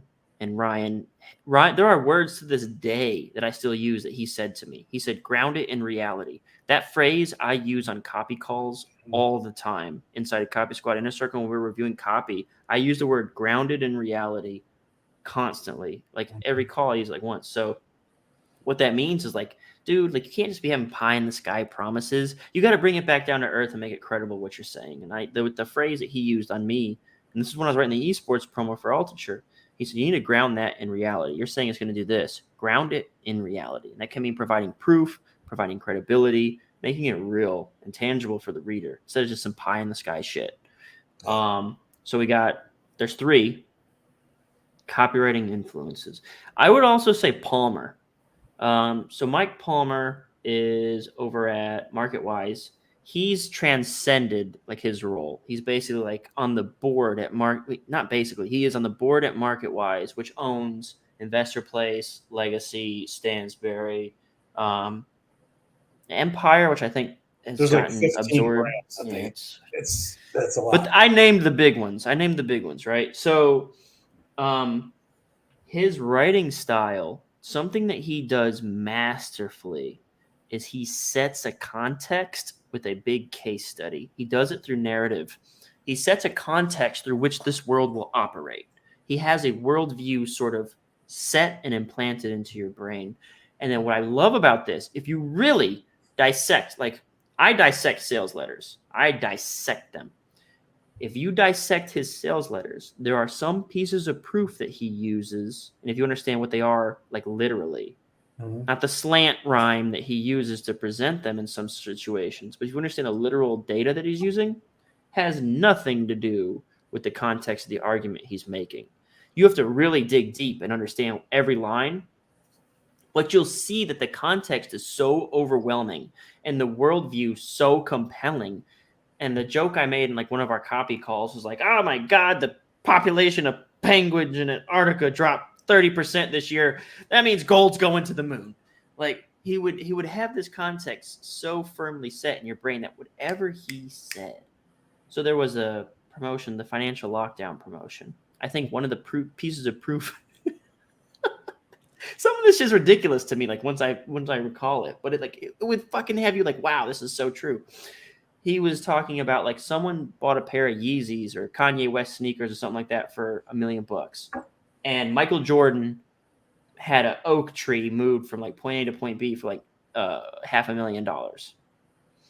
Those were pieces of proof that the world was going to hell, and they're isolated incidents that weren't related to that specific thing. But after he told you the first story, he was setting you up to understand that how do we know the world's going to hell?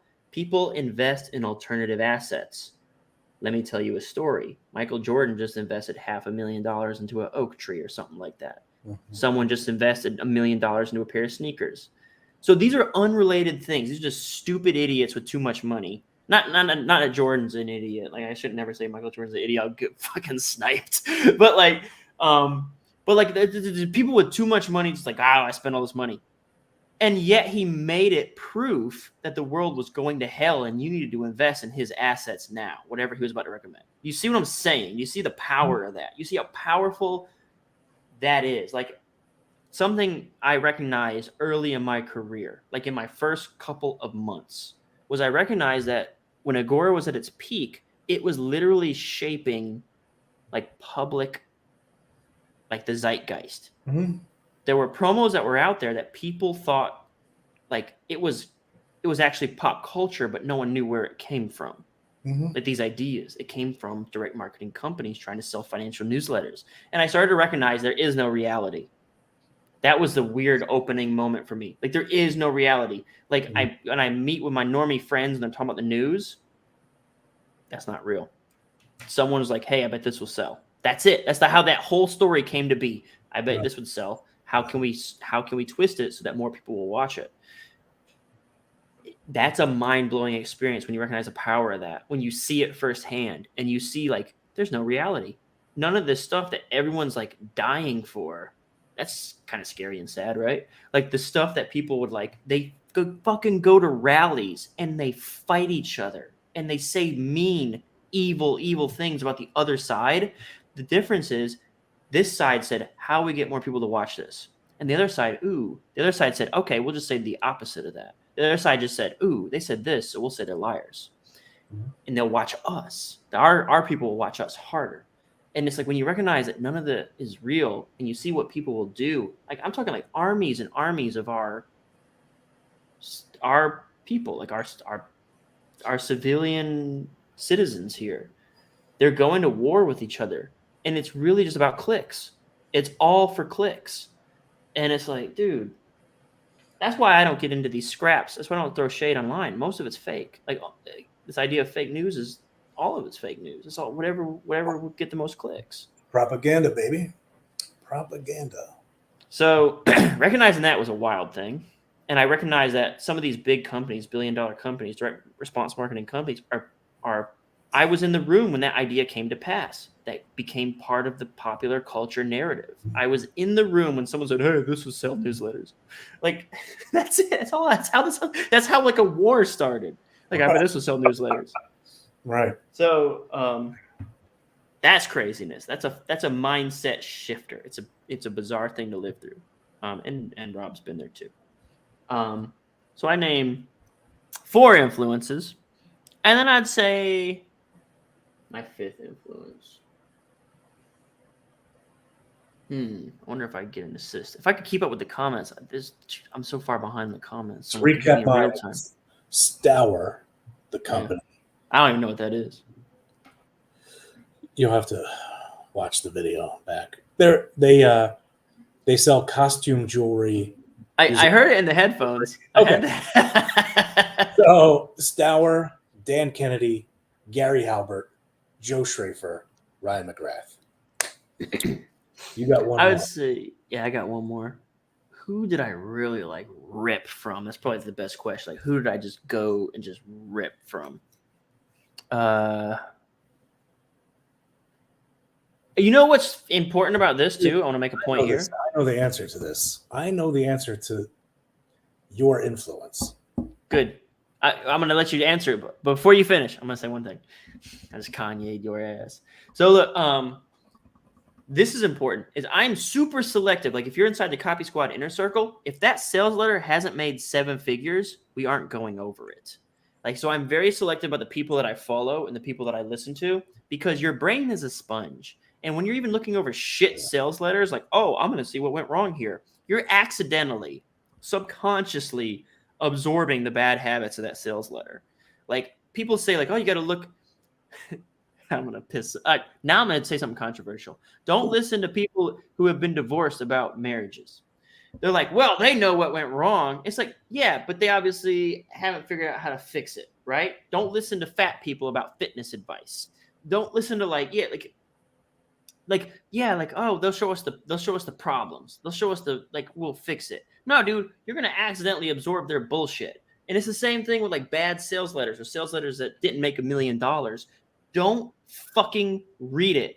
Don't let that shit creep into your brain. It will fucking taint your process, because you'll all of a sudden throw out a line that you liked from that shit ass sales letter that made no fucking money. And then all of a sudden you're making no money. You don't know why, right? Same concepts. All right. That's not controversial, bro. That is not controversial. Dude, I put that shit on Facebook like 3 years ago about the divorce thing, and people lost their minds. Bro, I've been dropping controversial shit this whole time. Bro, I'm gonna have to deal with so much shit at the next in-person event. No. No. I feel like we could go way more controversial. We haven't said anything about like women belong in the kitchen. If you don't say that, you're not controversial. Right. Literally, Misha's cooking me something to eat right now. Not kidding. Yeah, you know who inspired you a lot was like, and this isn't bad because it also, I refer these books sometimes too as like pickup artists. Oh, so you just like pick up type of shit back in like your day, books and stuff like that. I think one of the best sales books ever, sales books, if you're a salesperson, copywriter, whatever, one of the best books to get is The Mystery Method, How to Get Beautiful Women in Bed by Mystery. It's a pickup book, but really it's a sociological fucking revelation. It's, it's essentially teaching you why particular women select certain men, to be with. And it's the same process, like that same process that happens in women's minds to do that. It's the same process that a buyer will use to purchase a particular product. So I know like that was a very influential book for me in terms of sales. And I know you did some pickup-ish writing. I don't know if we're allowed to talk about that on here. Can I pause you? Will you remember your spot if I interrupt here? No, I'm good. I'm done. Yeah. Okay. The pickup. I'm glad you brought that up. So one of the things that I'm interested in doing, so something that I've found is ubiquitous is copywriters love pickup. like in the inner circle, if I bring it up, everyone. So I've never read the Mystery Method, but like all copywriters are aware of it. Like it seems because it's part of persuasion, it's part of conformity and control and like psychology. It's in the zeitgeist now. It's like it's too popular now. But we were talking really early about like I want to start doing stuff where I break out of the mold of like my online persona as the Copy Squad guy. I want to do something a little more real. Like I feel like I want to express myself a little bit more. Case in point, Braddock. About a year and a half ago, I have novels. I've written novels, and they are about.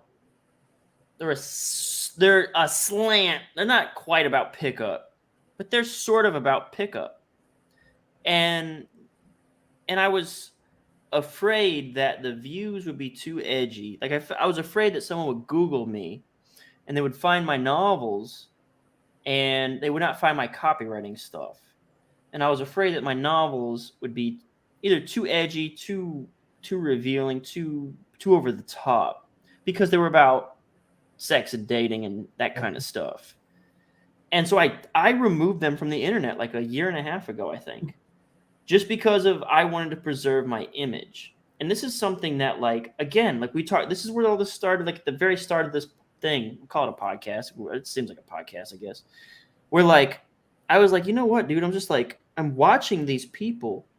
They're getting successful, not from being good or bad, just from being authentic. And it was sort of like, I feel like I've been cornering myself more and more and more and more. So we got to a point with the YouTube channel, like I had these videos that were super polished, about 14, 15 minutes in length.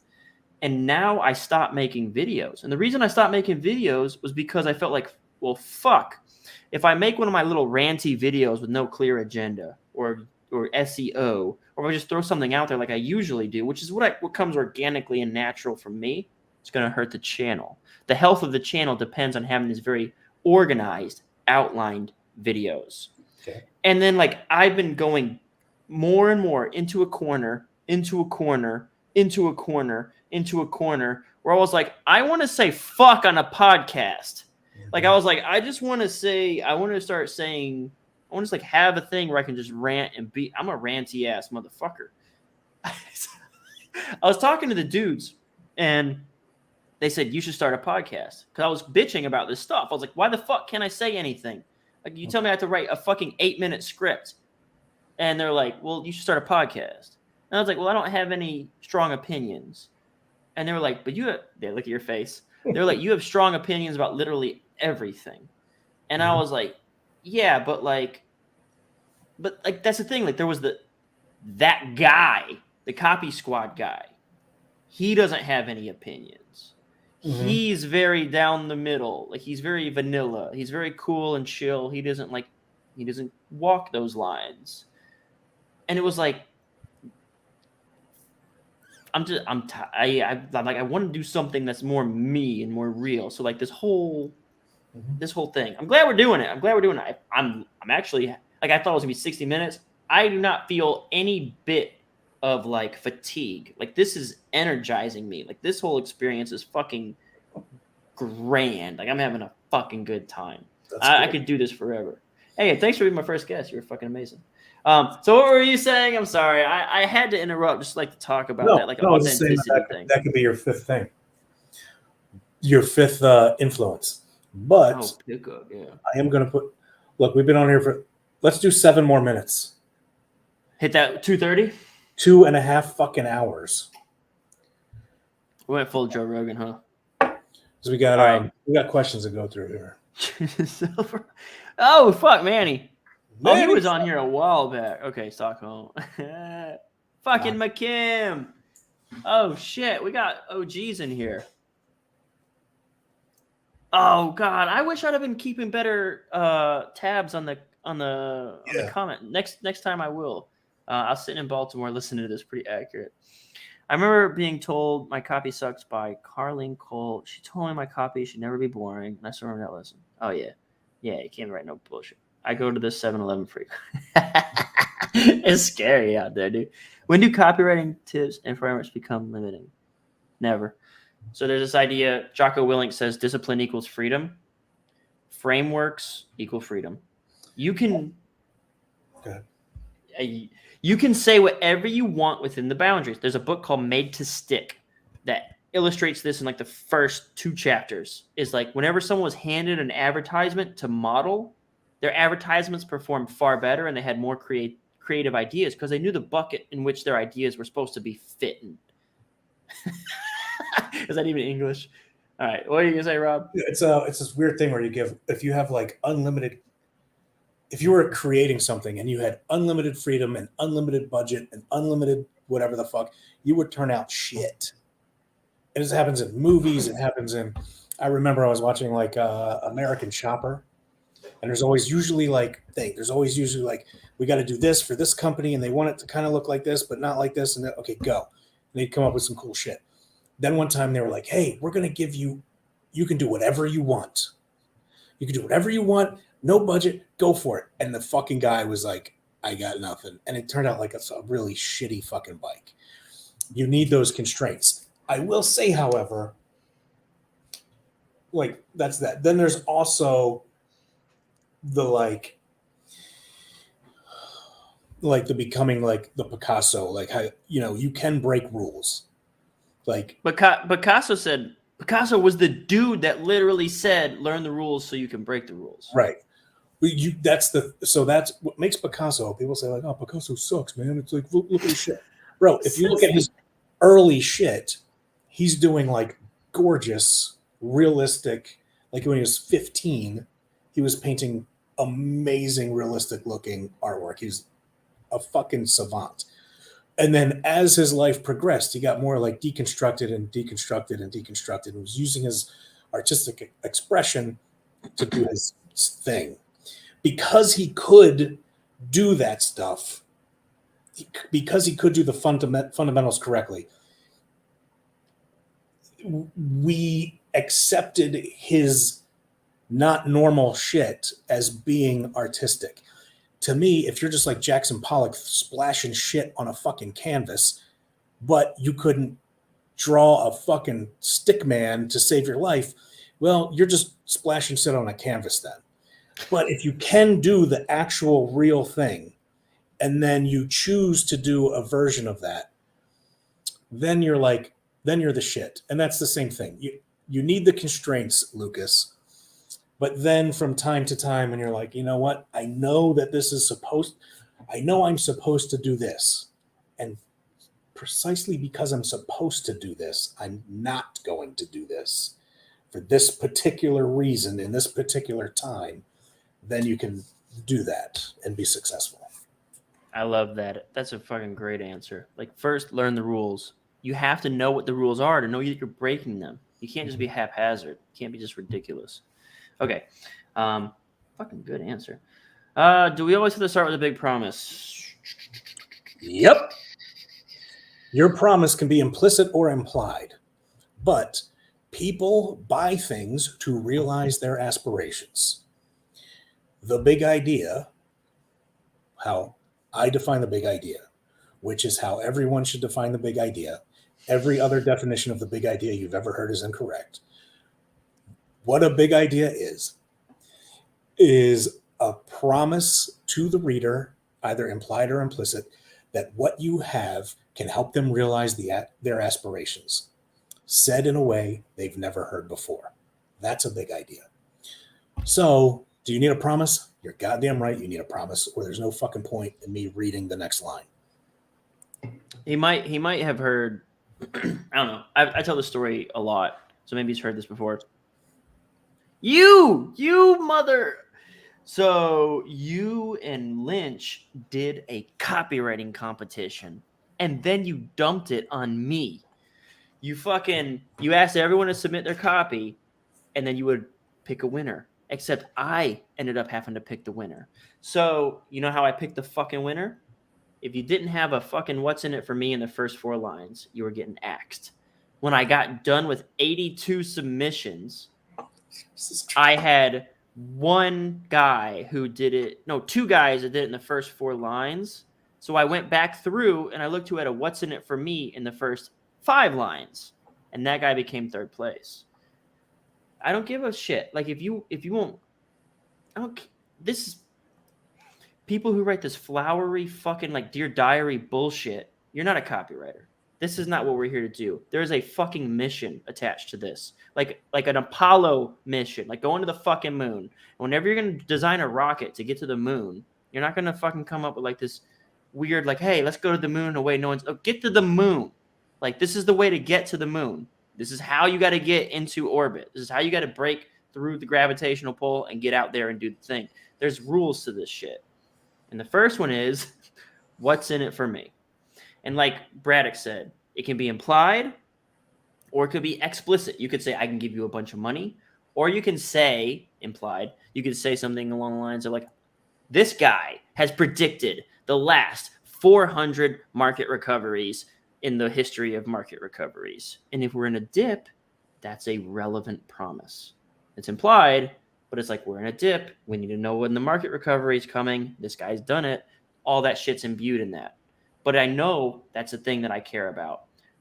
People, in my book, Take Their Money, I have a section about people who believe that intrigue will get people like, oh, this is a topic they care about, so they'll read this. No, you can't just go on a story. Is that poor man's intrigue? It's close. Poor man's intrigue where you talk so vague, just using like this, them, that, they, and there's no. This is what if you're, like I said, how you have a label for everything, which is great, right? But no, poor man's intrigue. Okay, I know. Okay. Poor man's intrigue is where you're trying to build intrigue, but you don't give me any breadcrumbs. You just use words like this. This is the way to money, and it's like, I'm not clicking that. But if you would say something like, Biden's latest announcement is going to make heads roll, that's intrigue. What is the announcement? Now I want to know. Click here to understand this announcement. Now I care.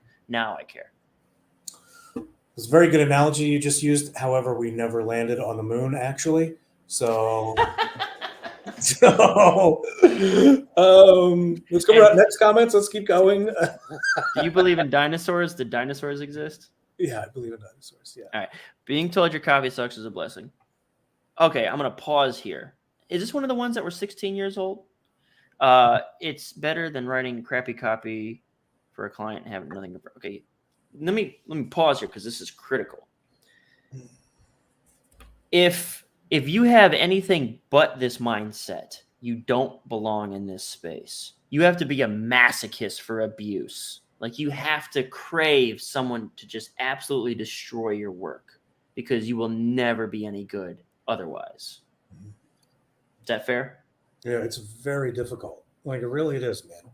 There will be times where you are absolutely convinced that you're right, but someone with like much more experience and credibility or whatever is telling you you're wrong. But and look, you can buck.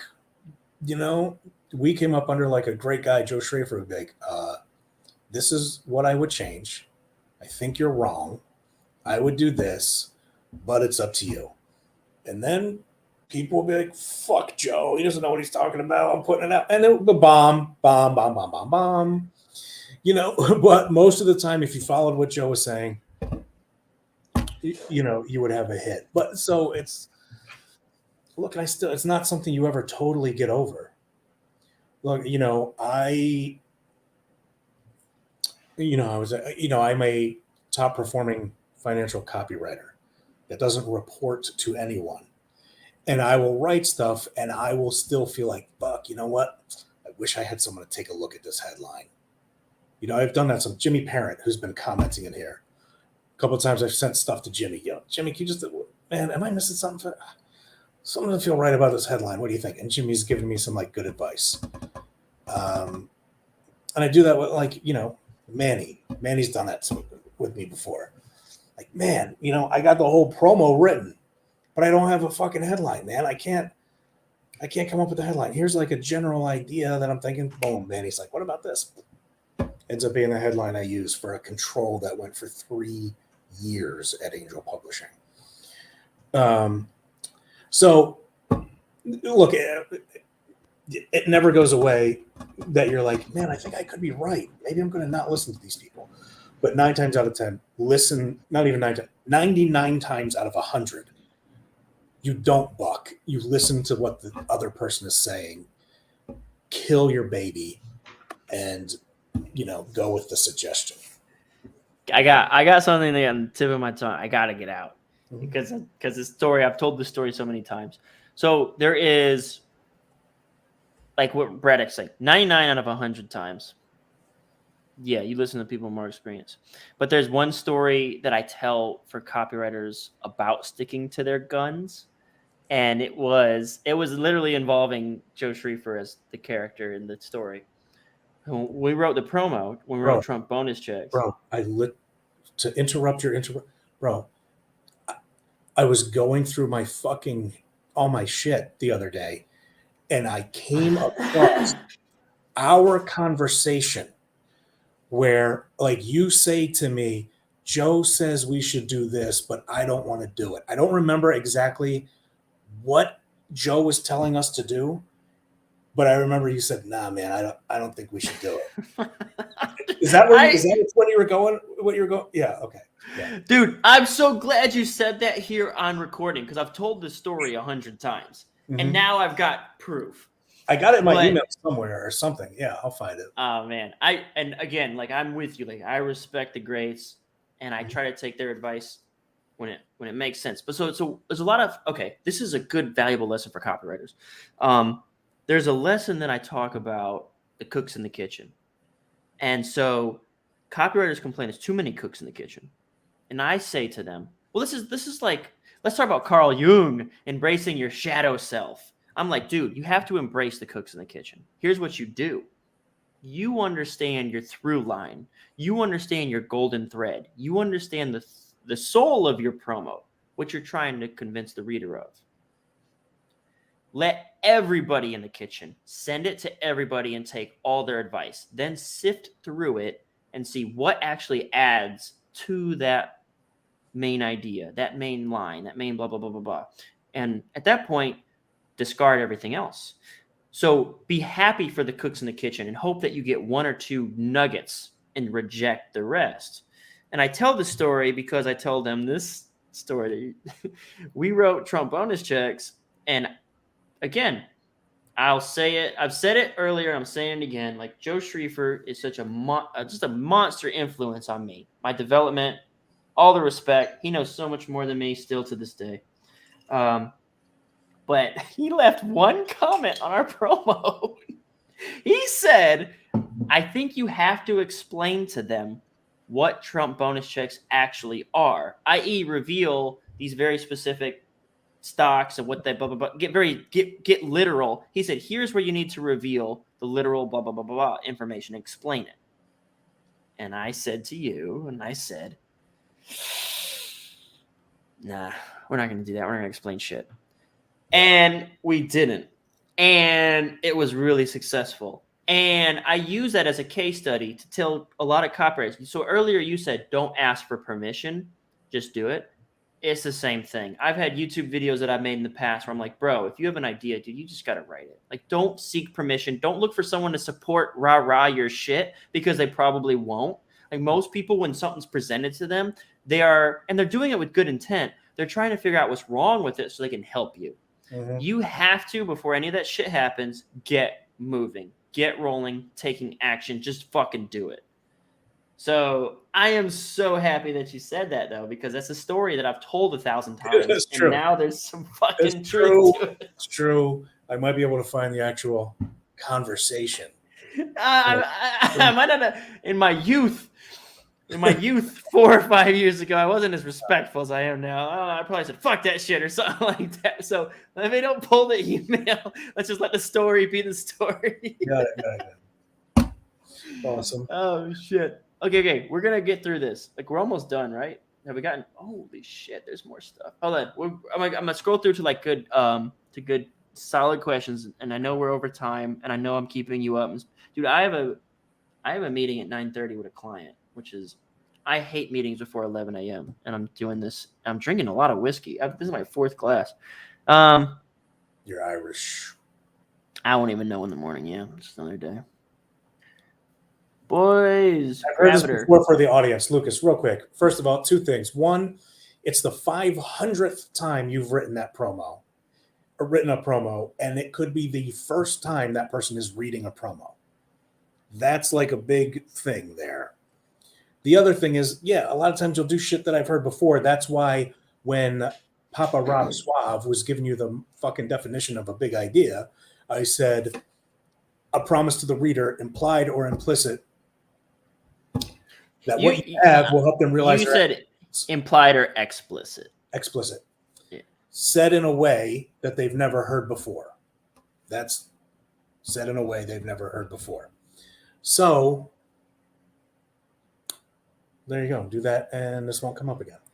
Next, I should fucking start grabbing YouTube links. But I have a video. Someone said like, why don't if new is so important, new, easy, safe, and big. If new is so important, why do all the charts just go up and to the right? And I'm like, the result never changes. The result is always promised. If you want to get 6-pack abs, you always want to get 6-pack abs. The way you get there is always different. That's what's different. The promise of how we're going to achieve bajillions of dollars. When you say things like unique mechanism, unique and new are sometimes, most of the time, synonymous. Shout out to Rodney, though. Rodney, for the promo he wrote for you guys? Oh, just saying shout out. What up? Shout out. So Rodney worked as a junior for me at Wealth Press, moved to staff. I went and started the agency. I'm pretty sure he's basically a chief now at Wealth Press. He wrote a promo for me. He's wrote a bunch of promos for me. He wrote one for Braddock. Cool guy. Has a cool beard. All right. What's the book called? I missed it. Great leads. What's the next comment? Is that what we're talking about? Oh, cool. Oh, shit. We're just fucking marked it up like a copy breakdown. Must have been great leads. Oh, what you guys think of the boron letters? If you don't read the boron letters, I think you're a fucking idiot. I was going to say the R word. Don't say the R word. Bond Halbert and his brother. I've never met his brother. I can't remember his name. But Bond Halbert, Gary Halbert's son, puts, I don't know, 90% of the stuff that his father, Gary Halbert, ever did, he puts it up for free online. You're insane if you don't read that shit. Mm-hmm. So the Boron Letters is a book you can buy. It's what Gary wrote to Bond when Gary was in prison. It's like the compilation of the letters, essentially, if I die, I want to get all of my information that I've ever learned to you, son. And now, you have access to that information. You're insane if you don't read it. You have to read it. Cool. On that note, I feel like maybe I should go back and reread it, because maybe now it have new meaning. Because when I read it, it didn't mean anything to me. And this is before I knew what copy was, so it didn't mean. Manny said the same thing to me about one of scientific advertising or one of those books. Where you should go back and read all of the books that we read when you first started, because it's we didn't know what the fuck we were reading then. Right. So I should probably go back and check out the Born Letter. Shout out to my man Derek. If it's in Take top Their 3 Money is in your top 3, you have only read 3 copywriting books in your life. What the fuck? I mean, come on, Kyle. Top 3 of all times? Kyle. It's pretty good. Is Take Their Money in the top 3 of copywriting books in the history of copywriting. Until I write the next book, maybe. Confidence. Okay. I believe so. The reason I think it's a powerful book is because it answers the questions I wish someone would have answered for me, which is this shit drives me fucking nuts. This idea of you need to trigger their emotions. That shit drives me nuts. If you want to talk about pickup, okay? Pickup and guys and girls and all that shit. They always say you need to take her on an emotional roller coaster. You need to trigger her emotions. Okay. What the fuck does that mean? And that's always the question. Don't say that stupid shit, that platitude that anyone could fucking say. Of course you need to take them on. So it was always the same in copy. It was you got to trigger their emotions. And that was where every armchair copywriter would leave it. And that fucking infuriated me. That was my key number one. Why do you keep saying that? Why don't you tell me how to do it? And so I got so frustrated, I wrote a book. Like, I was like, this is bullshit. No one would just fucking tell me how to do this. So I found out there's only 4, and there's a way you can boost them. And I made a book about it. And like, I feel like that's one of those things, like, once you know that, you can start weaving in all, like, you can do all the other crazy, like, structural, tactical stuff. But it's like, I know that what they really just want to know is like why this is brand new, why it's easy to use, why it's safe and predictable, and will get you that result every time, and that the result is going to be significant. Now I have a basis to start from. Bro, I remember you were writing that book, and you were sending it around like in the internal messaging system at Agora, like me and Manny and Ben and everyone we're all throwing out our ideas for what the title should be. Do you remember this shit? Oh, Manny named it. Did Manny come up with the name? No shit. Man, because my first title was. I told you he's done a headline for me before that ended up being a fucking 3-year control. My first headline was like was very close to like one of those like literal titles, like how to trigger the emotions kind of thing. Mm-hmm. And we had, it was me, you, Ben, and it was all of us in a Slack channel. And Manny said, well, what do they want? He wants to learn how to take their money. And I said, all right, that's the title. Like, that was how the title came. He said, what does the reader want? The reader wants to take their money. And like, seriously, awesome. It's like, yeah, that's awesome. All right, we're almost done here. It's never ending, is it? All right. So McKim, he's an AFOG, worked with me at Wealth Press. He's kicking it over there at the MarketWise team now. I don't know. Do you know who this name is? Adil Masari? No. Marcy. But before today is when I didn't know. Did we talk about him? HU brought me here. Hustle's University. Hey, you should fucking hit Homeboy up. Whatever his name is that has that thing. Work out some affiliate shit or create a Andrew Tate. Yeah, bro. If his shit is sending people to you or whatever that is, bro. If he's got Hustlers University, those are a bunch of people that need to learn about copywriting and blah blah blah. There you go, man. So the way I understand it, I would gamble that he doesn't know who I am. The way that I understand it is they have 18 discourse sort of channel groups where like you sign up and there's like groups about the specific skill sets. And one of the dude running the copywriting channel, was in the Copy Squad inner circle.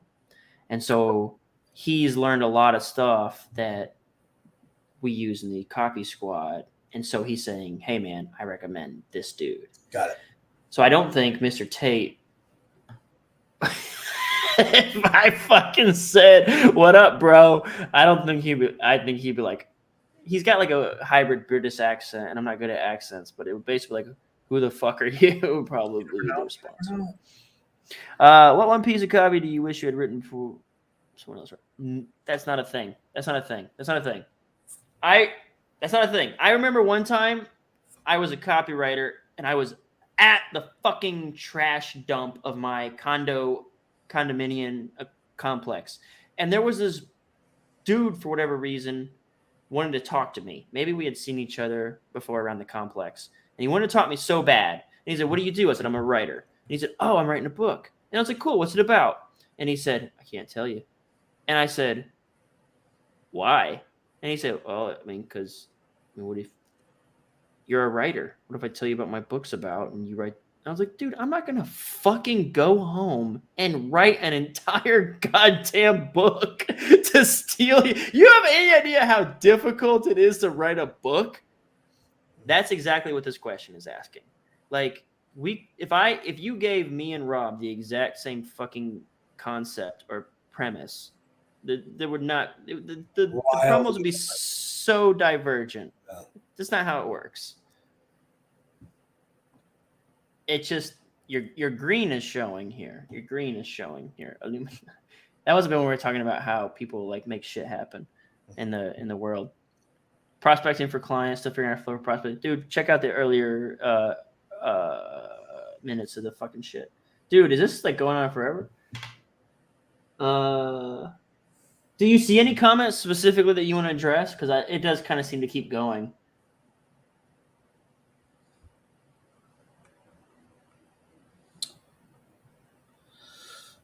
Mystery is very famous in the pickup space. May he R.I.P. Did he die? He's not dead. Is he dead? He didn't die. Dude, I don't know. This live stream is gold. KDC kicks butt. This good preacher I wrote on the other day. I thought it was my thing. Some of my kind of Robert, just keep them talking. 10:26. Yeah, no. Yeah. About do it. We good? Do we have a successful podcast? Is that it? I think so. Dude. So Aaron von Markovic. Eric von Markovic. He someone said all right. Still alive. Take it. He's dead. He's just, that's like when you've like when you've fallen off so hard, people think you dead. Hey, wait, who the fuck is Beach Life? How long have they been on this one question? At this rate, they may get to one more question. Fuck you, Beach Life. Oh, dude. We're just Beach Life doesn't answer my fucking question.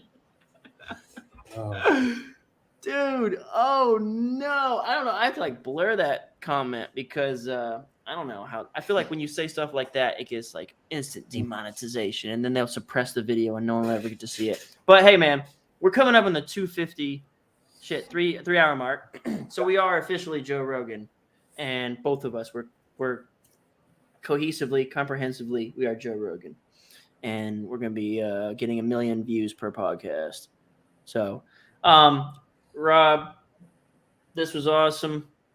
I don't know if you want to come back, maybe do like, you could be my permanent co-host. All you got to do is volunteer 3 hours per week. Is that all? Just sit here and talk about nothing, take questions and comments. Yeah. Any final thoughts, Jerry Springer style? Legacy Research, actually, in a lot of their promos, they put final thoughts at the end of their promos nowadays. I'm not sure if you know about it. Final thoughts. Man, are you watching entire? I just watch like the fucking leads, man. Really, I can't. Because if I try to watch, you try to watch as many as you can. I just watch the leads. I don't watch all the way through everything. Oh, well, they do that. Final thoughts. No, I have no final thoughts. It's out there for the taking if you fucking want to take it. So just fucking take it. That's pretty baller. So we'll be I'll be doing more of these. I think I might try to do like one of these. Maybe I don't know if there'll be 3 hours every time. Me and Rob are boys, so it could go 6 hours if it wasn't already so late. But hopefully I can get an hour out of like some top dogs. Like so Todd, you guys know Todd Brown. Todd Brown's agreed to do one. You guys know Todd Brown? Excuse me while I name drop Todd Brown. Oh, Todd Brown. So yeah, I know Todd's one of the biggest names in the fucking game, dude. You'd be surprised. A lot of like the young guns don't know. Like the people who are like following the Hustlers University and the Andrew Tates, like they don't know who that guy is. So he's gonna do one of these, and I'm trying to gather like more like OGs and like people with skin in the game, like experience, like just like because I'm the anti-Facebook grouper, like of like all because the anti like you get these groups of people who have never made a dollar giving advice, shelling advice from like things that they read somewhere. It's just like it frustrates me because I read it, you can see it. I can see the green on some people, like when they talk. Real game recognized game in this shit, dude. Like. Okay, well, the sign-off goes like this. I'll school you on this. Well, that's been a great time. I hope you guys enjoyed it. I hope you took something away. I hope you learned something. Thanks so much for tuning in. Peace out, Copy Squad. There you go. I don't know how to end this. All right, there we go. Peace.